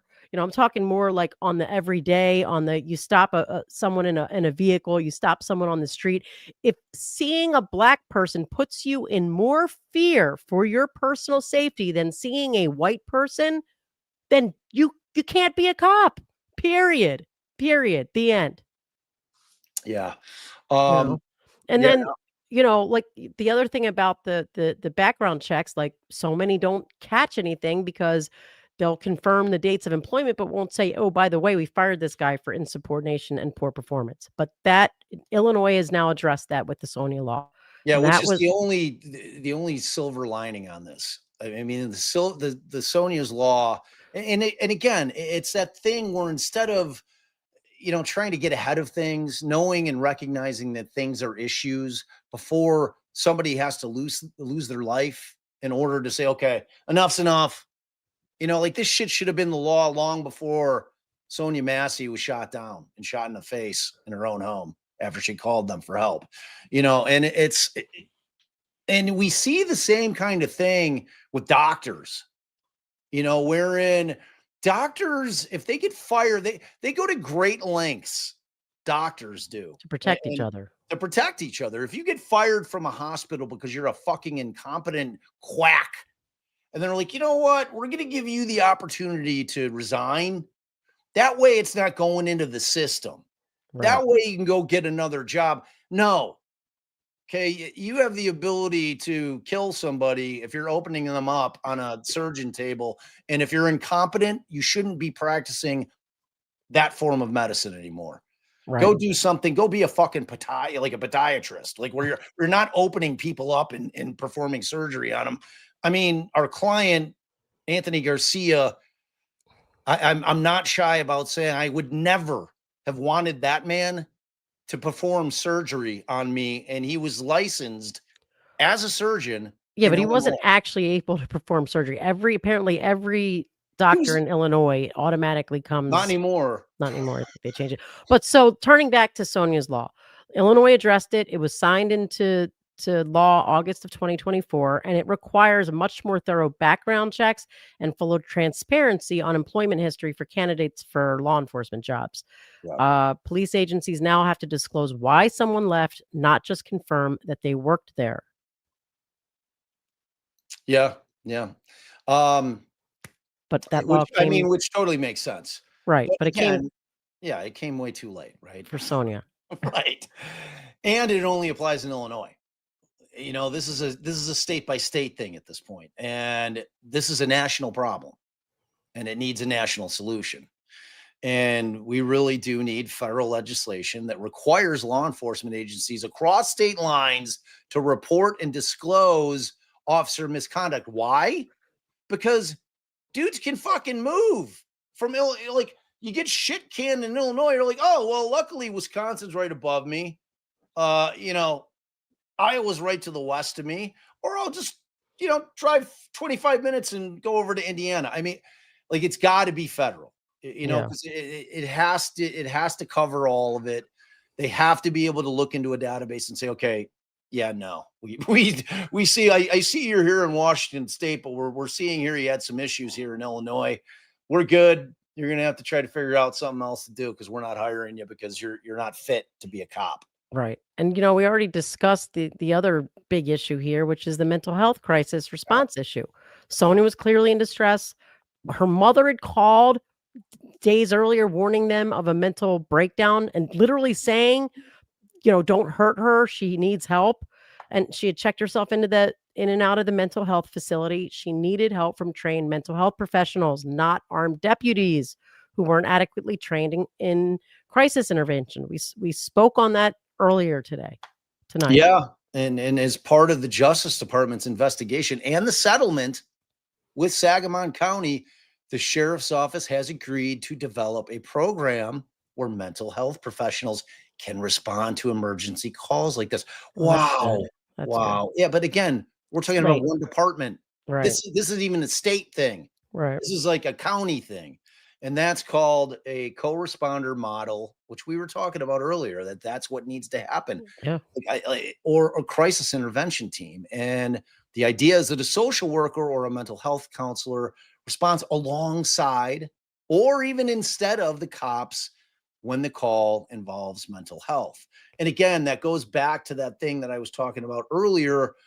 Like, how do we address the issues? How can we make something not be in conflict with HIPAA and our right to privacy in our medical issues and what's going on with us personally in terms of our medical side, but still be able to put it out there, especially when it comes to mental illness, because people just cannot, in certain circumstances, snap back to what is reality. I mean, we've seen it. We know personally people that have had mental health issues where things are that are not happening in reality, but in their minds are absolutely positively happening.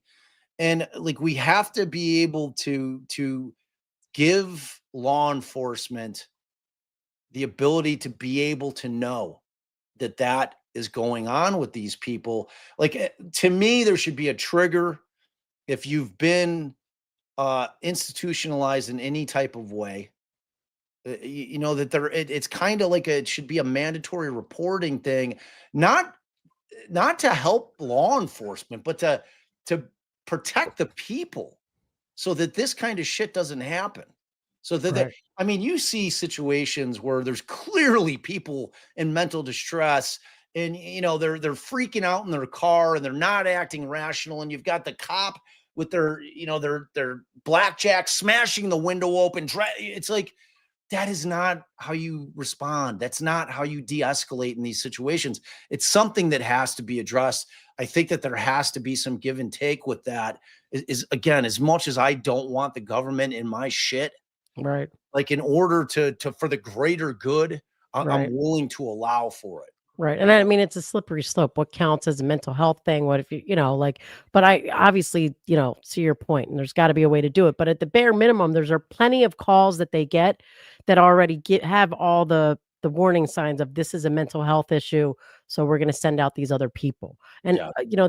they've had this thing in like Eugene, Oregon since 1989, a crisis assistance helping out on the streets program.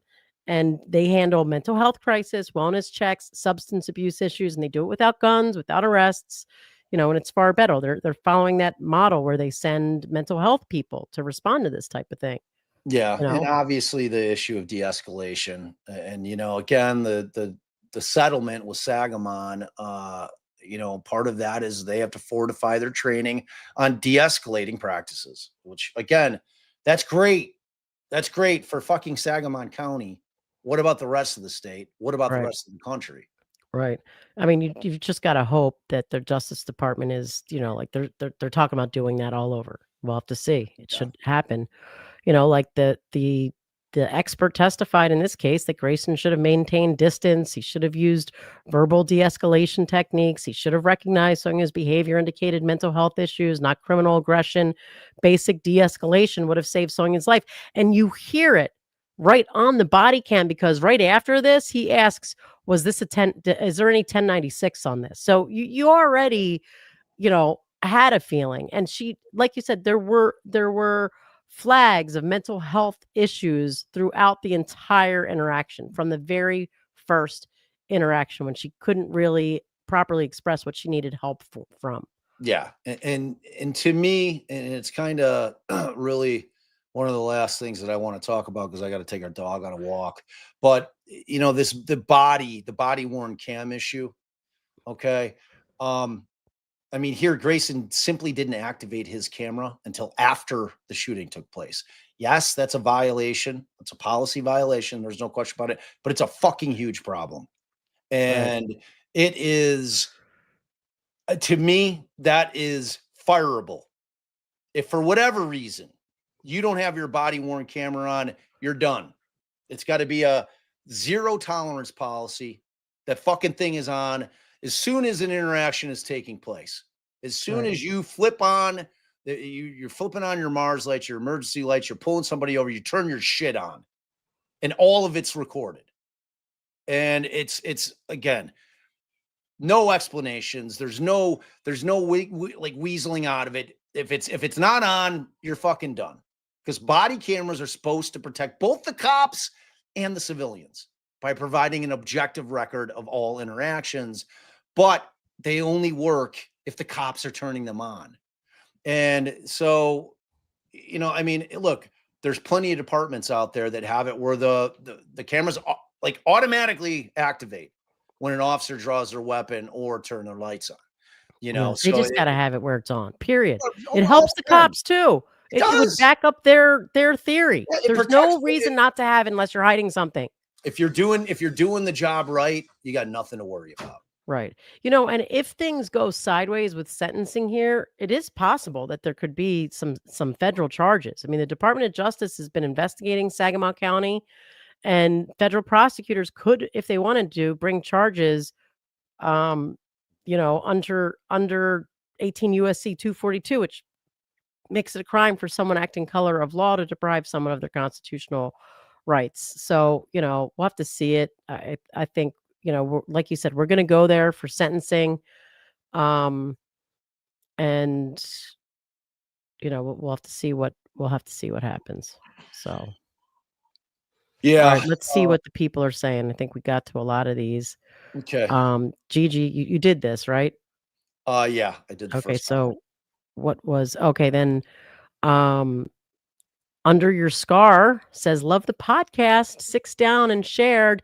Cheers from Ontario. Thank you very much. And that is buried inside the John Wayne Gacy investigation. Episode 7's dropping tonight. Yep. So listen, and episode 7, it's when the shit goes down. right. That's So when the shit goes down. if you're new here, or even if you've already been here, it would mean so much to us for you guys to go on your wherever you get podcasts, follow the show, listen to an episode, and if you like it, give us a 5-star review. That's what we're hoping, that you like it so much you want to give 5 stars, because with it being brand new, every single star, every single follow, every single listen really, really helps. So It's huge. we appreciate that under your scars. And it is Sharon's birthday. Aw. So happy birthday to Sharon. I know we're not going to try to sing. We can't, like, we used to love to sing, but the difference between it, like, it sounds Happy birthday to you. Happy birthday. I was letting you do a verse and me do a verse because we can't time it together. We were right on time. I don't think so. Oh, you fucked it. You totally. Well, we love happy, you, Sharon. happy birthday, Sharon. I thought we were right on. Weren't we? Amanda right on? says, is the max on second 20 years? I hope the judge maxes. Yeah, it's 4 to 20. It's 4 to 20. Bob Memphis says, sorry to be off topic. Can we request a show discussing how jury selection is done? I think it's one of the reasons the system is so broken. I think jury selection is the only thing that saves us, because it's like the most important part, of a jury, but we can discuss it more in depth somewhere. And Dawn, who's been a member for 23 months. Wow. OG. Dawn. Yes, thanks for your continued support. I watched this. It's so sickening. Yes, it was. All right. Thank the people, babe. All right, y'all. First of all, mods, thank you so much. We love you. We adore you. Tracy, Mandy, we couldn't do this without you. You guys are everything. Yes. We heart you so much. So much.